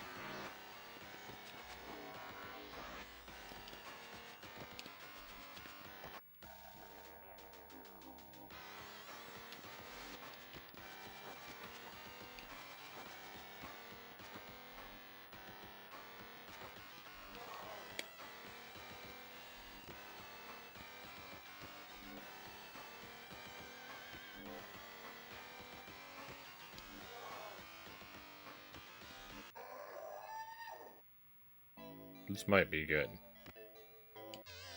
This might save my playthrough. His death rattle is basically me when I checked the fridge and found out my sister drank my Coke.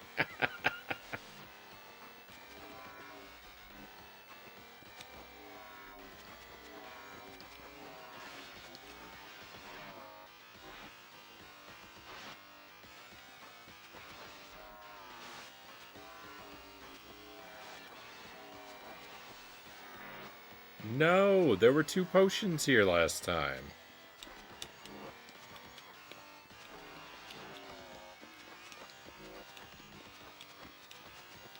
I see a potion up there.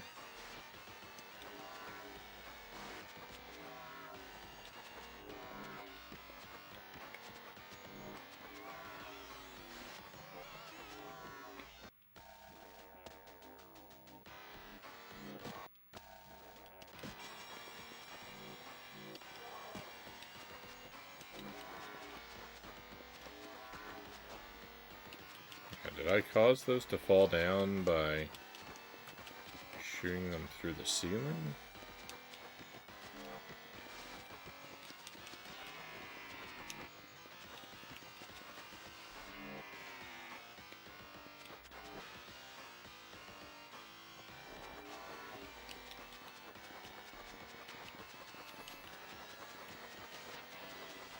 I just thought of music, a lot of similarity between the music to this and Kid Chameleon.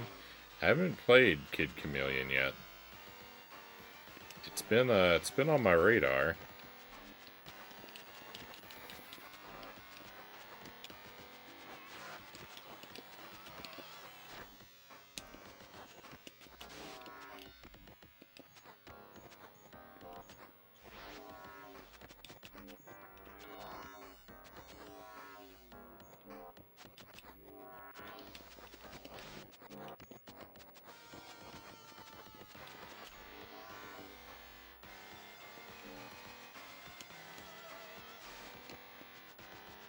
Another one would likely take me a very long time to complete. I think you'll enjoy it a lot.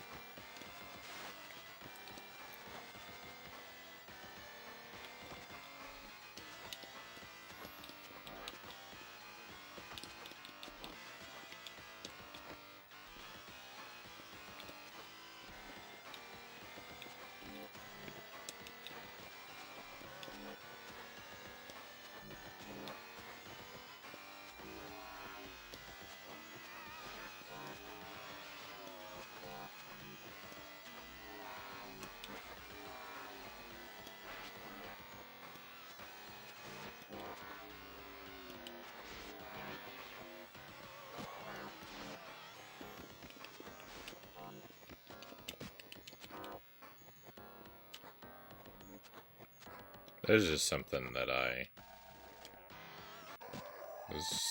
just don't understand about my situation. But unfortunately, I don't know what it is. Sega should bring back these old IP they have.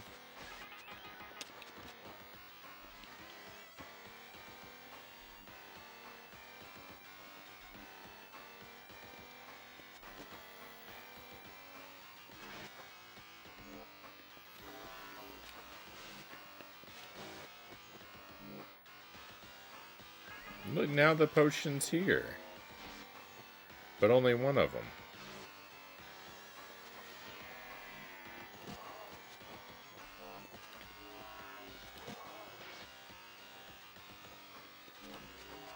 Is it time sensitive? I don't know. I need another air potion.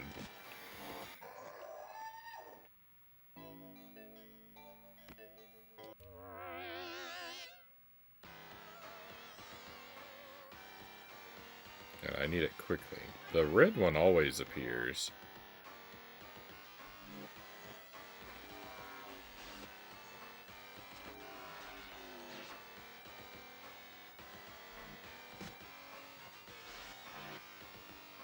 No air potion.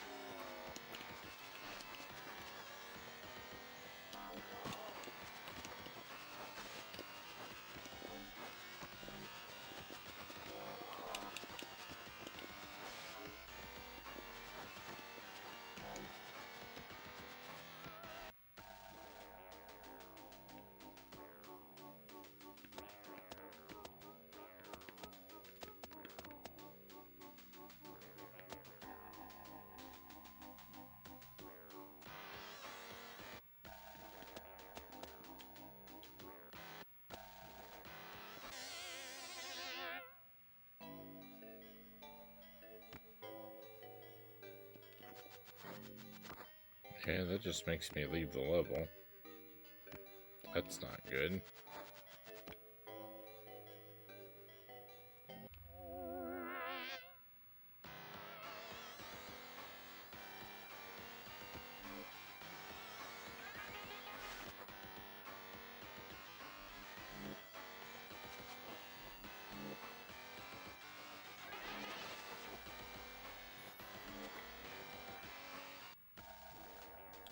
So it seems like this is designed to give you an air potion, but only if you don't have one. If you already have one, then it won't spawn.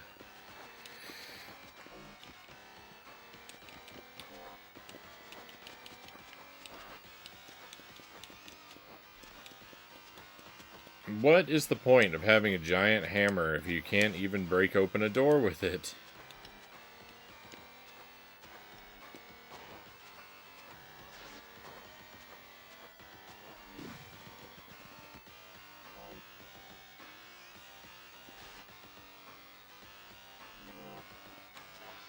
I'm not exactly sure what made that work.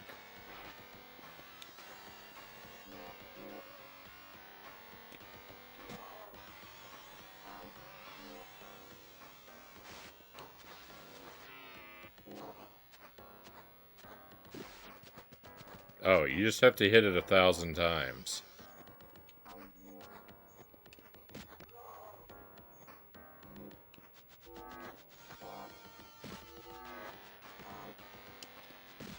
Alright, well I got 2 air potions now. That's good. That means I'm going to be able to restore one of our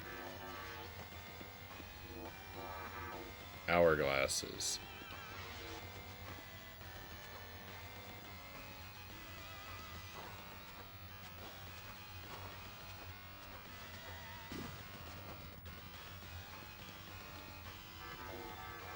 And you know what?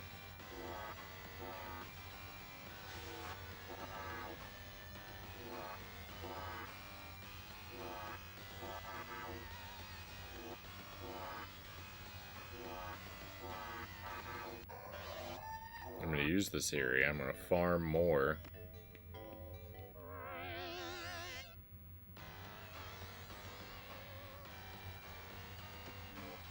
Air potions. And I'm going to flip all of my hourglasses so I don't game over.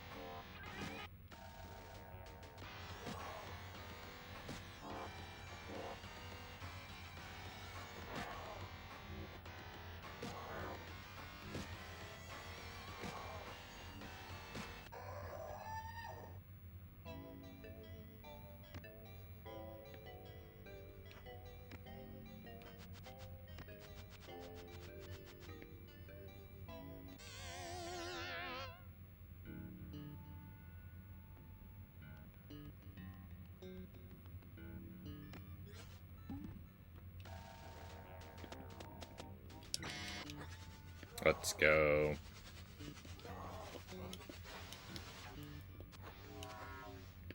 Alright, I'll work on this world again for a while.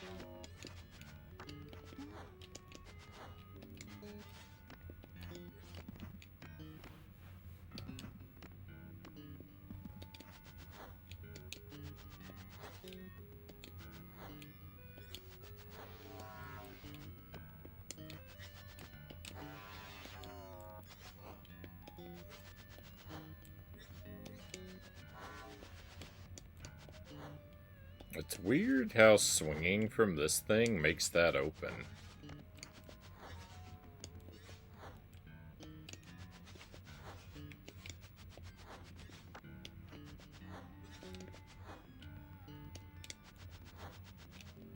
I don't see any way of, like... Because as soon as I let go, it closes. Like, there's no way to be fast enough to, like, go up into that door. But, I mean, it opens when I walk in front of it anyway, so... I mean, it's not like I can't go into it. It's just...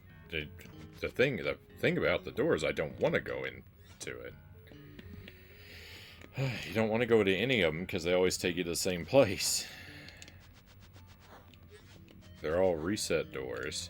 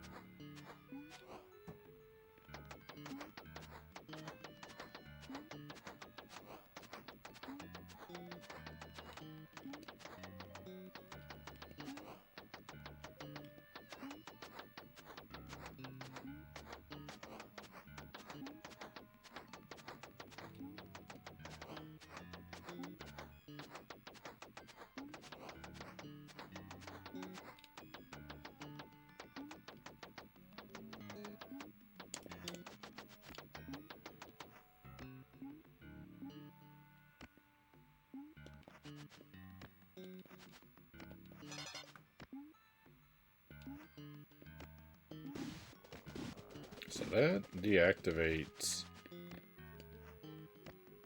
that tower. I don't get it.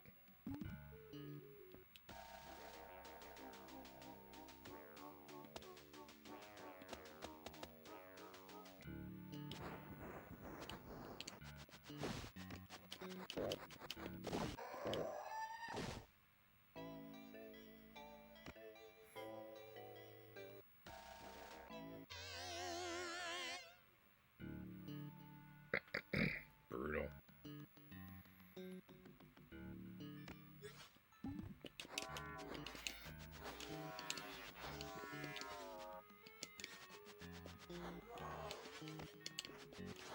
Hey, Tommy, good to see you.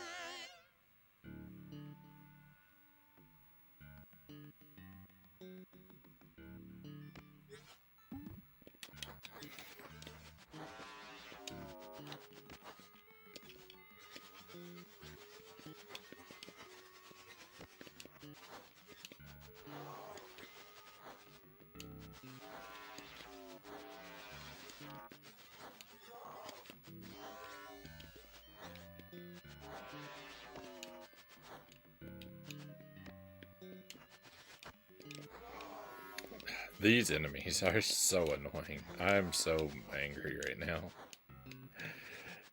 Because immediately, every life I bring into this level is just immediately ruined by 1,000 dragonflies. I don't see, and I don't see a thing I'm doing wrong.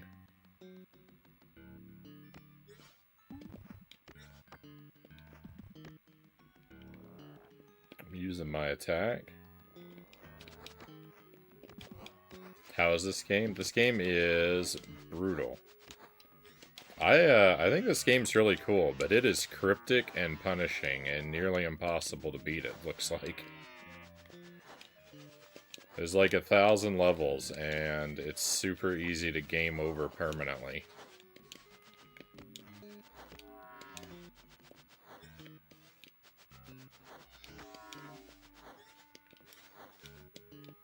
It has a whole lot of, like, really cryptic, very complicated mechanics. It's very difficult to explain this game concisely.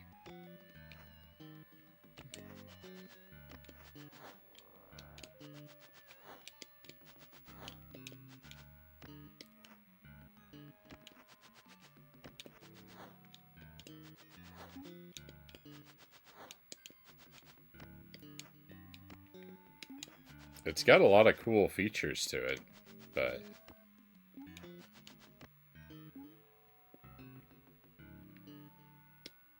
my goodness, it can be ever so irritating.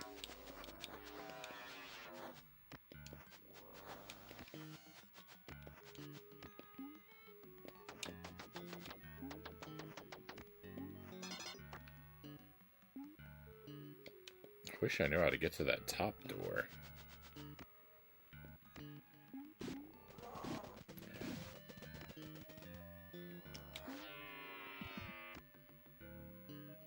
What? Now where am I?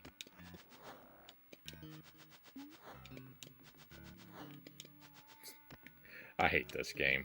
The only reason it sent me back there... is because I had more than a single hit.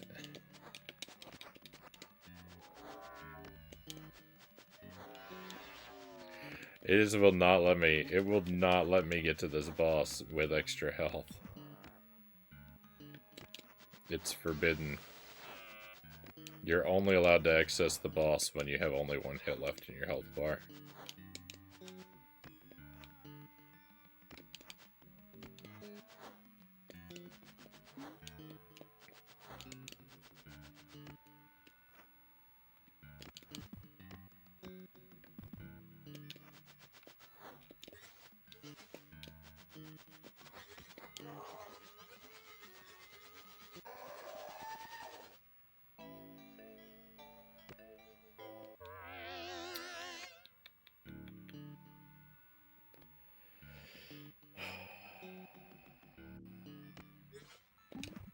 Wow, that loading time, huh?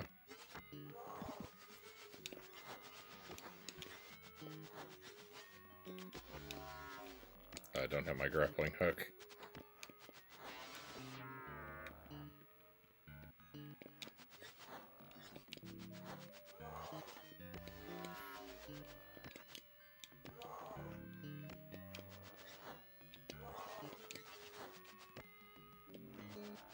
Alright, forget it. Here. Let's restart the level.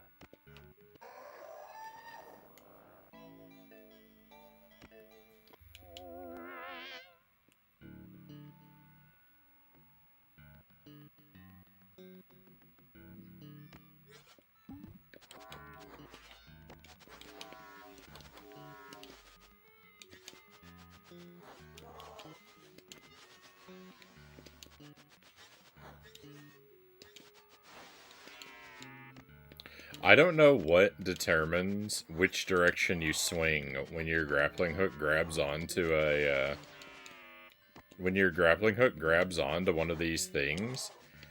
Like, whether you swing from left to right or right to left is impossible to determine. Because it isn't determined by the direction you're facing, or the direction you're spinning, or the side of the thing you're on when you grab it. It's like, I don't know what variable determines which way we swing. It's none of the things you would think it would be, though.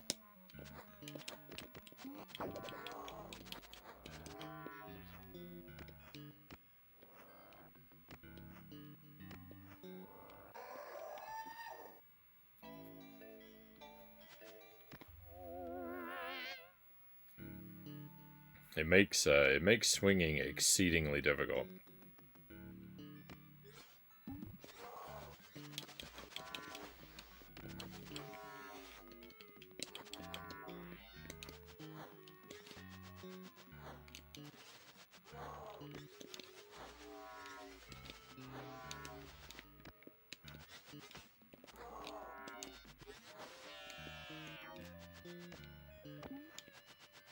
Okay, one more hit and we restart the stage.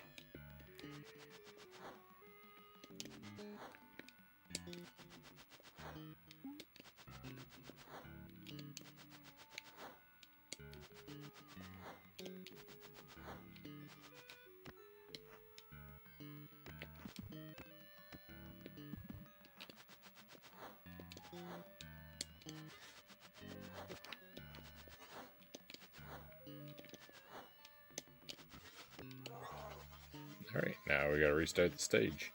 I'm not going to the boss with anything less than 3 hits.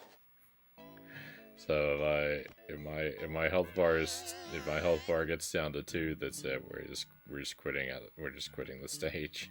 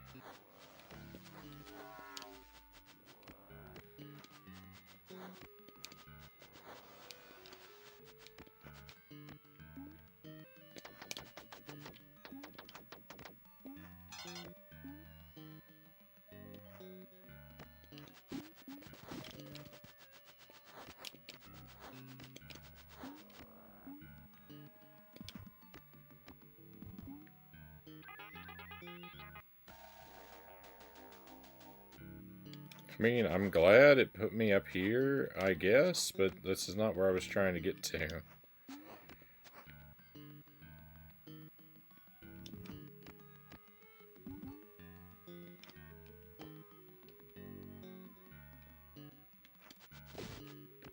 I was about to say I have no idea where I am.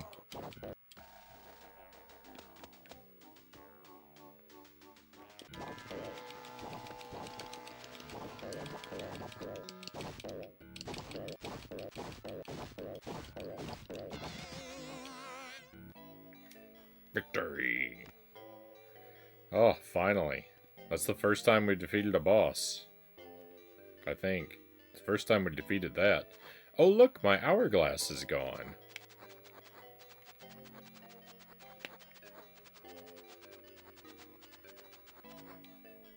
Well, isn't that interesting?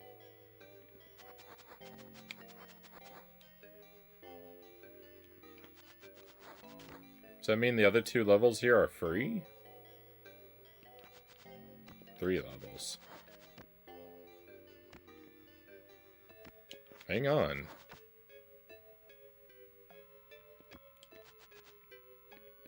Oh, it's dead.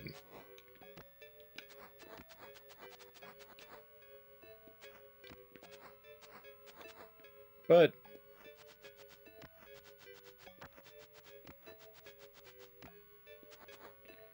well, I'm not going to get my hopes up that there are fewer levels. Like, there's a reason that there's 2 more small look, because look, it's small, small, big, right? And then it's small, small, big again. So, like, I know that there's going to be more levels or a loop 2 situation or something is going to happen to me. I am not done with the water world. I know this. I wish I were. I wish it were true. But don't be fooled. I'm not fooled. You can't fool me.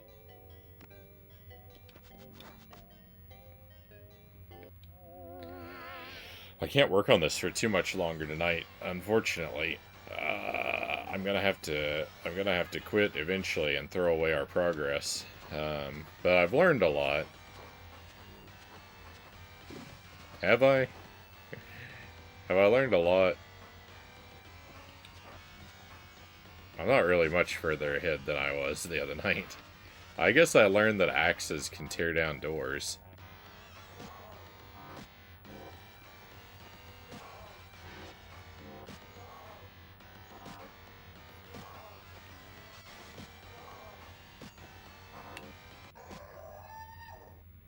Your mileage may vary vis-a-vis how much that counts.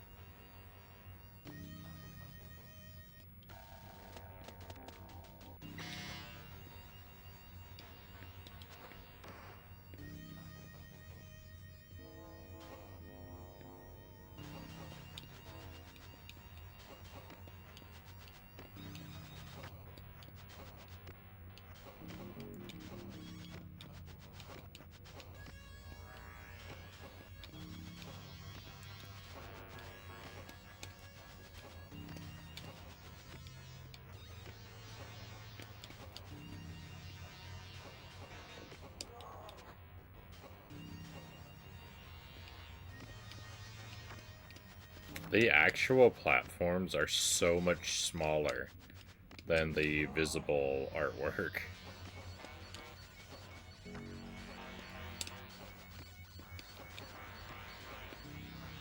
But inconsistently so. Some of them are... Like, some of them are exactly what they appear to be. A lot of them are not even close.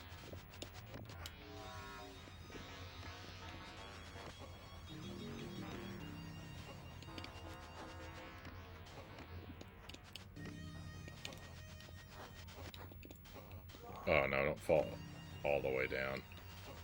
This is miserable. Oh, yeah, potion.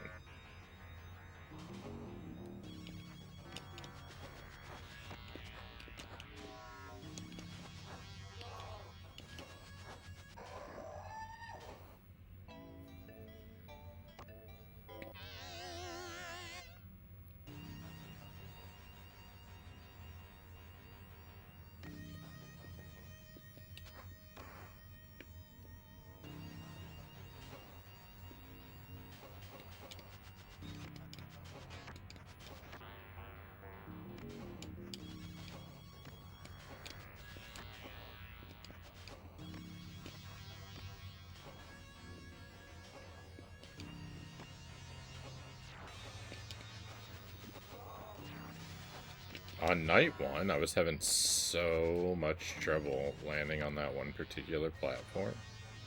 I don't know why it's easier tonight.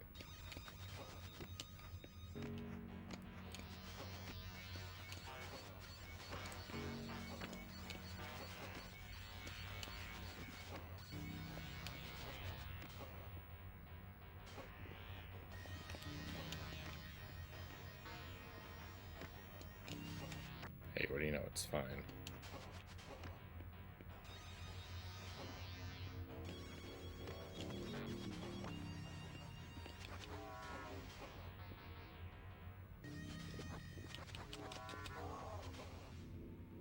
Focus.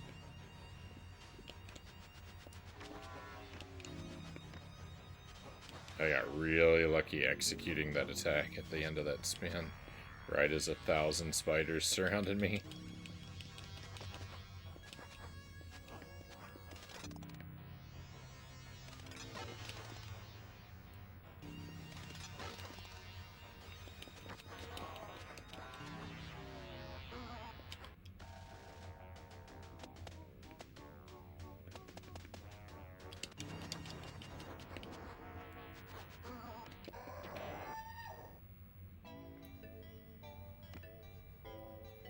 Oh, why'd that monster have to do 2 hits worth of damage? It's not fair.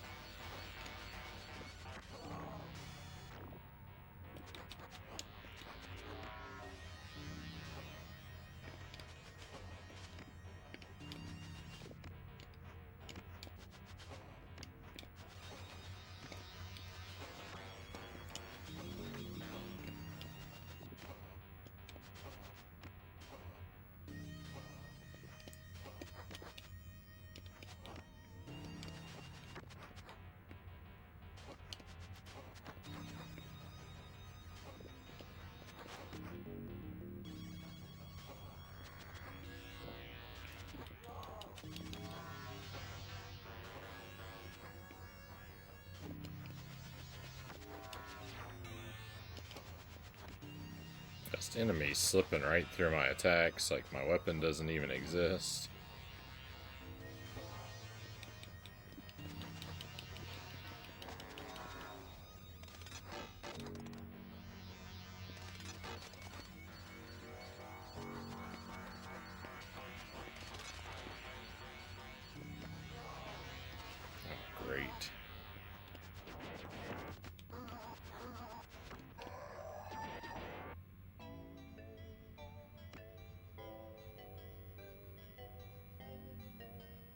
I've never played a Metroid Prime game yet, Tommy. I own them all, but I haven't played any of them yet. I really like... So I've played 4 Metroid games, and I think from least or most to least favorite is probably the best one is Super Metroid, then Dread, then Zero Mission, then Fusion. That's the order I like them in of the ones that I've played. Super Metroid is really, really great. Metroid Dread is a lot worse, but still a lot of fun. And Zero Mission and Fusion are pretty much the same. I'm kind of splitting hairs.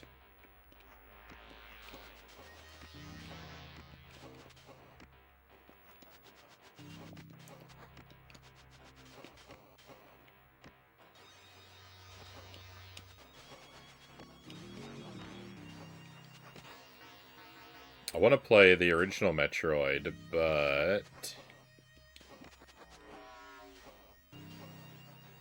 I know I need to draw out my own maps for that, and I don't have a good way of displaying them on the stream as I draw them. And so, like, that's kind of why I'm holding off on that. And, you know, like, I know I've got Metroid 2 and to play as well. But yeah, of the 4 that I've played, Super Metroid is, like, phenomenal.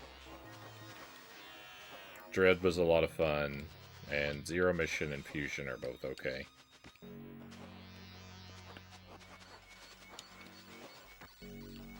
The thing I don't like about Fusion is, at least for a casual first experience, it's super railroady and very talky.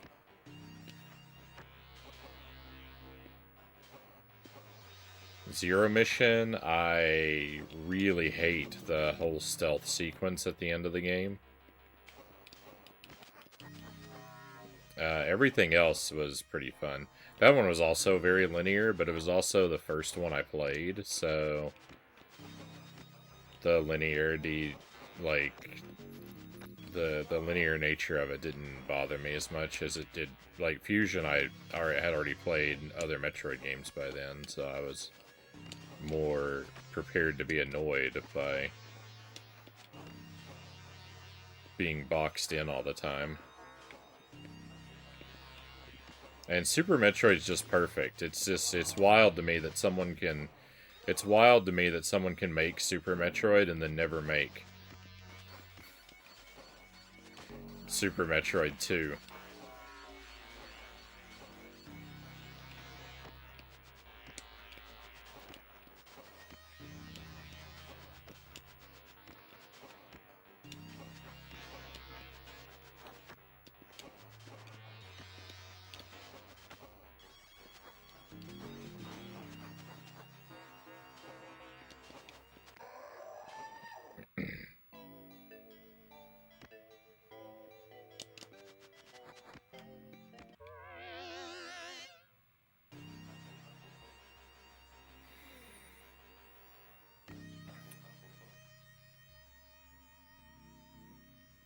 Super Metroid's impact was so big, it's hard to replicate that experience.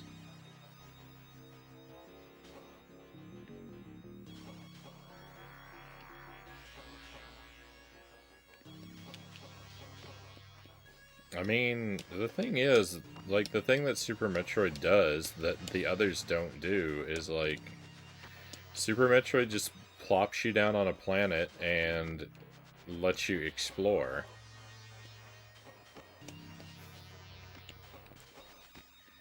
It doesn't have it doesn't have a computer popping up every 5 minutes with 1,000, like, words of dialogue and then a map with a point on it that you have to go to and you're not supposed to go anywhere else.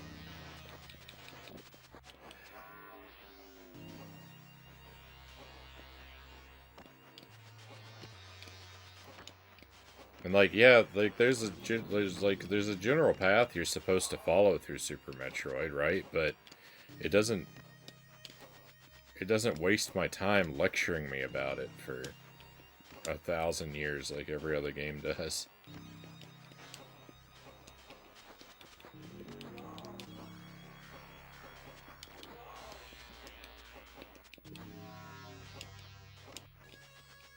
It just lets you find it. I don't know why it's so hard for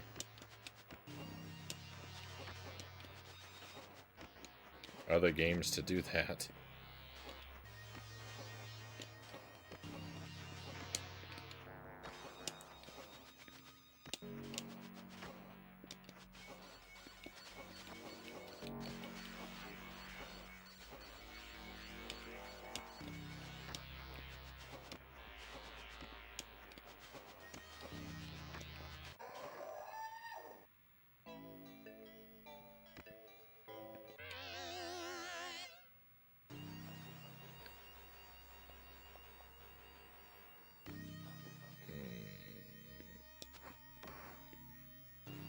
Given the lateness of the hour, like I'm kind of like I'm prepared to go down with the ship here. I see my hourglass running thin.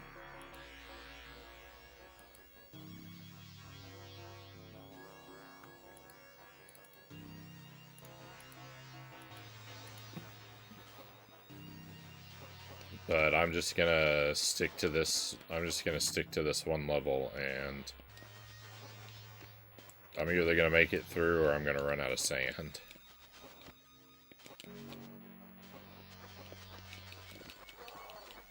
And I'm probably gonna run out of sand. What I really need is some more invincibility.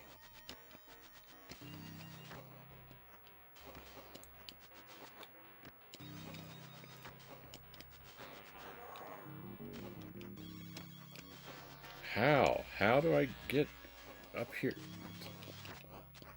I just can't do anything consistently. Oh my goodness, I'm so bad.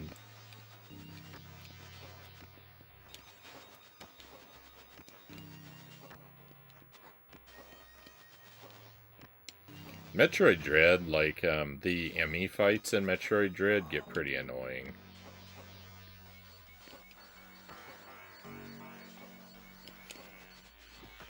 Like, I like that they're, like, super intimidating enemies that...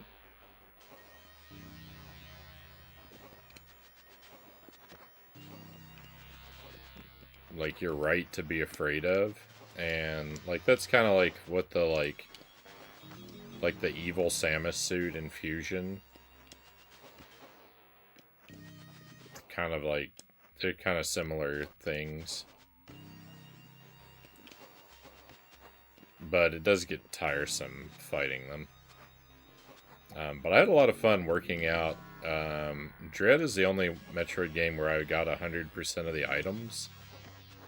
And I had a lot of fun working out how to get to a lot of those. Like, some of them were really tricky.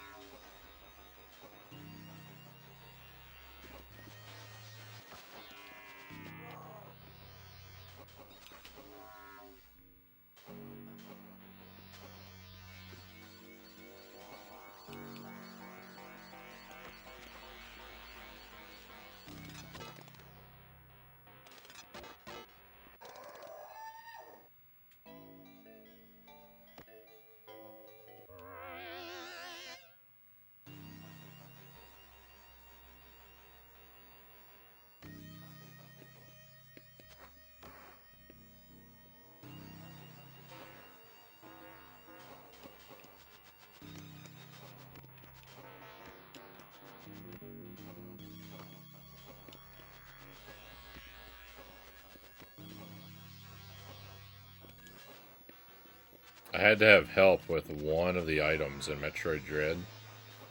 I was stuck on it long enough that I actually had to ask the chat to help me out. And the thing was, like, I was stuck. I couldn't get it because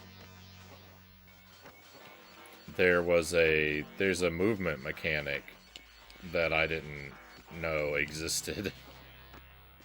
there's a there's a there's a quirk to the way that the shine spark works that I didn't know. And I was later told that the reason I didn't know it was because the puzzle that's supposed to teach you how to do it, I did the wrong way, and so I never learned from the earlier puzzle what I was supposed to learn. And so I never had a chance. I never had a chance with the later one. I mean, I always could have accidentally stumbled onto what I needed to do, but I gave it forever and a day, and it just wasn't happening. Uh-oh. Rip.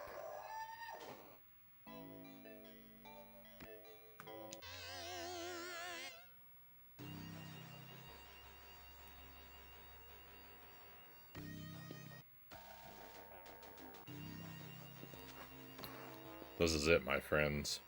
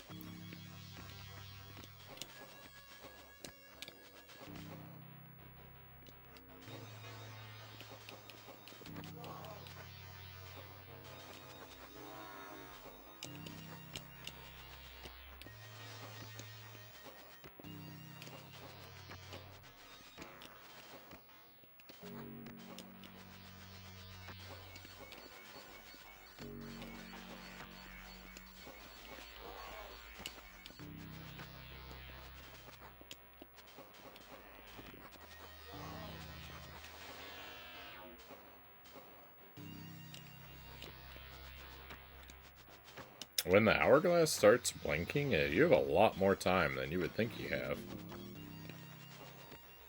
Which is good. I'm really surprised I wasn't toast long ago.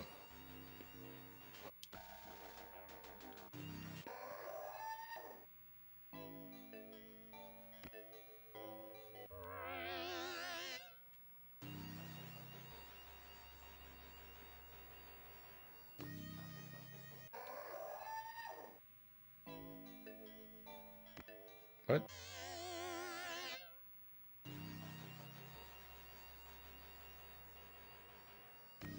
If you touch this thing, it's an instant kill.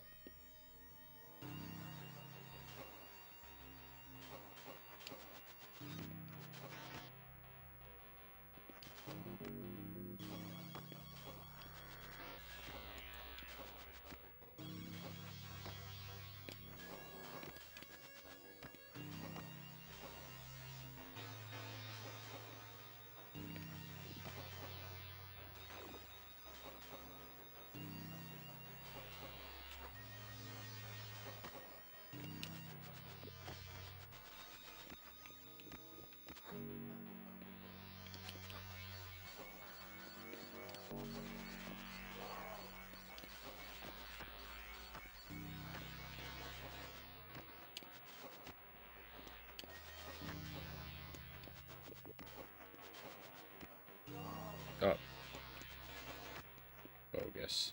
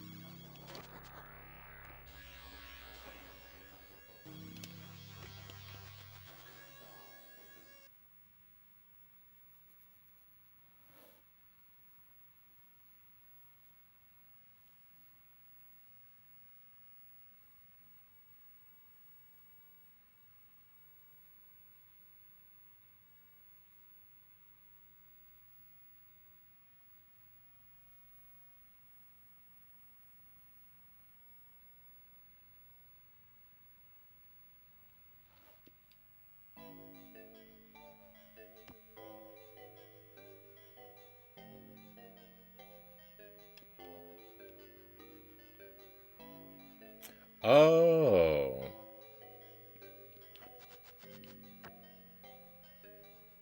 So that's not as bad as it seems.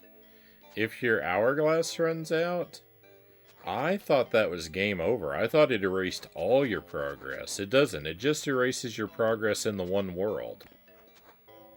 Well, that's phenomenal.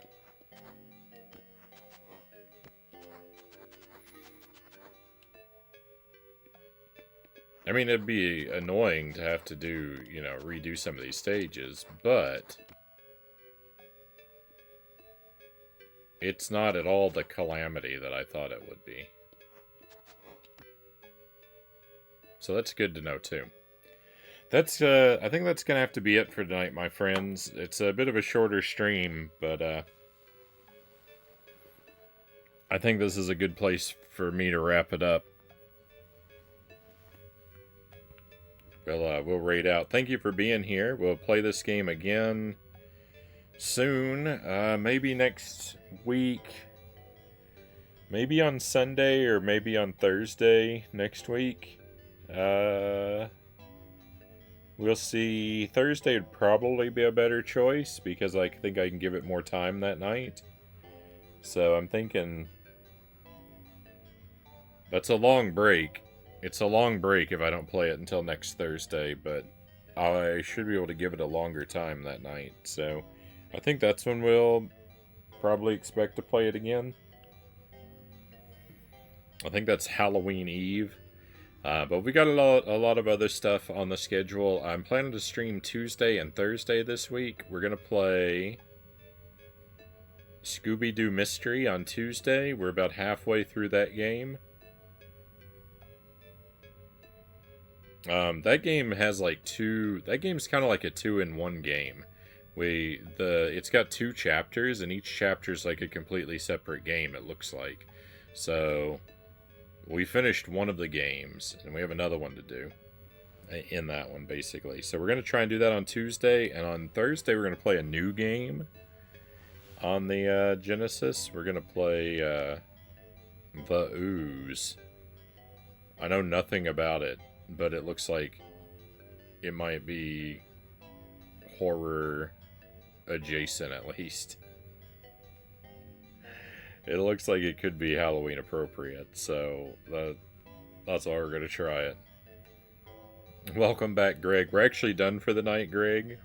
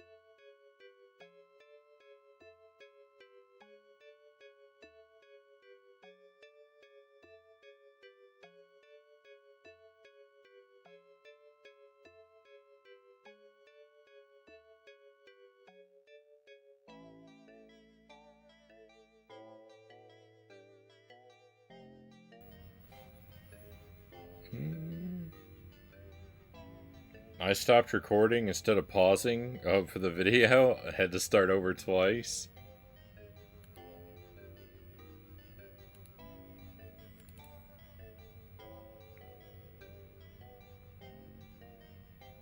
Hopefully it's all come out alright in the end.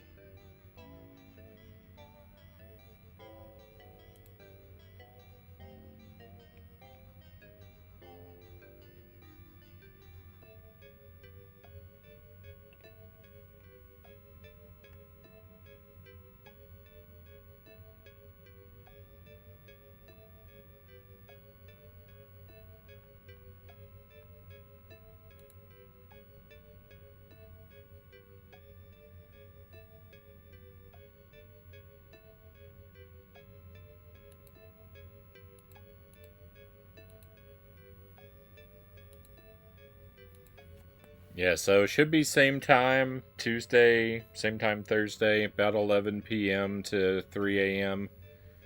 I know it's not quite that late tonight, but I have a doctor's appointment in the morning. I got my annual physical. So nothing serious, but I have to be up early for it. We learned a few things in the game tonight. It wasn't tremendous progress, but every time we play, I think we'll do a little better. And eventually we'll get it beat. This is the first time we've seen one of those hourglasses destroyed, so that's pretty good, I would say. But yeah, Scooby-Doo on Tuesday, and the Ooze on Thursday, and we'll see how those go. I think we'll finish Scooby-Doo, so we'll be able to replace that next week with a different spooky game too. If I'm right about that. Something else on the Genesis. We're doing all Genesis stuff here lately. But we'll get back to other consoles too soon enough. Thank you one last time for being here, my friends. Be well until I get to see you again. We're all done for the night, though. It's time to head out. Let's go on an adventure.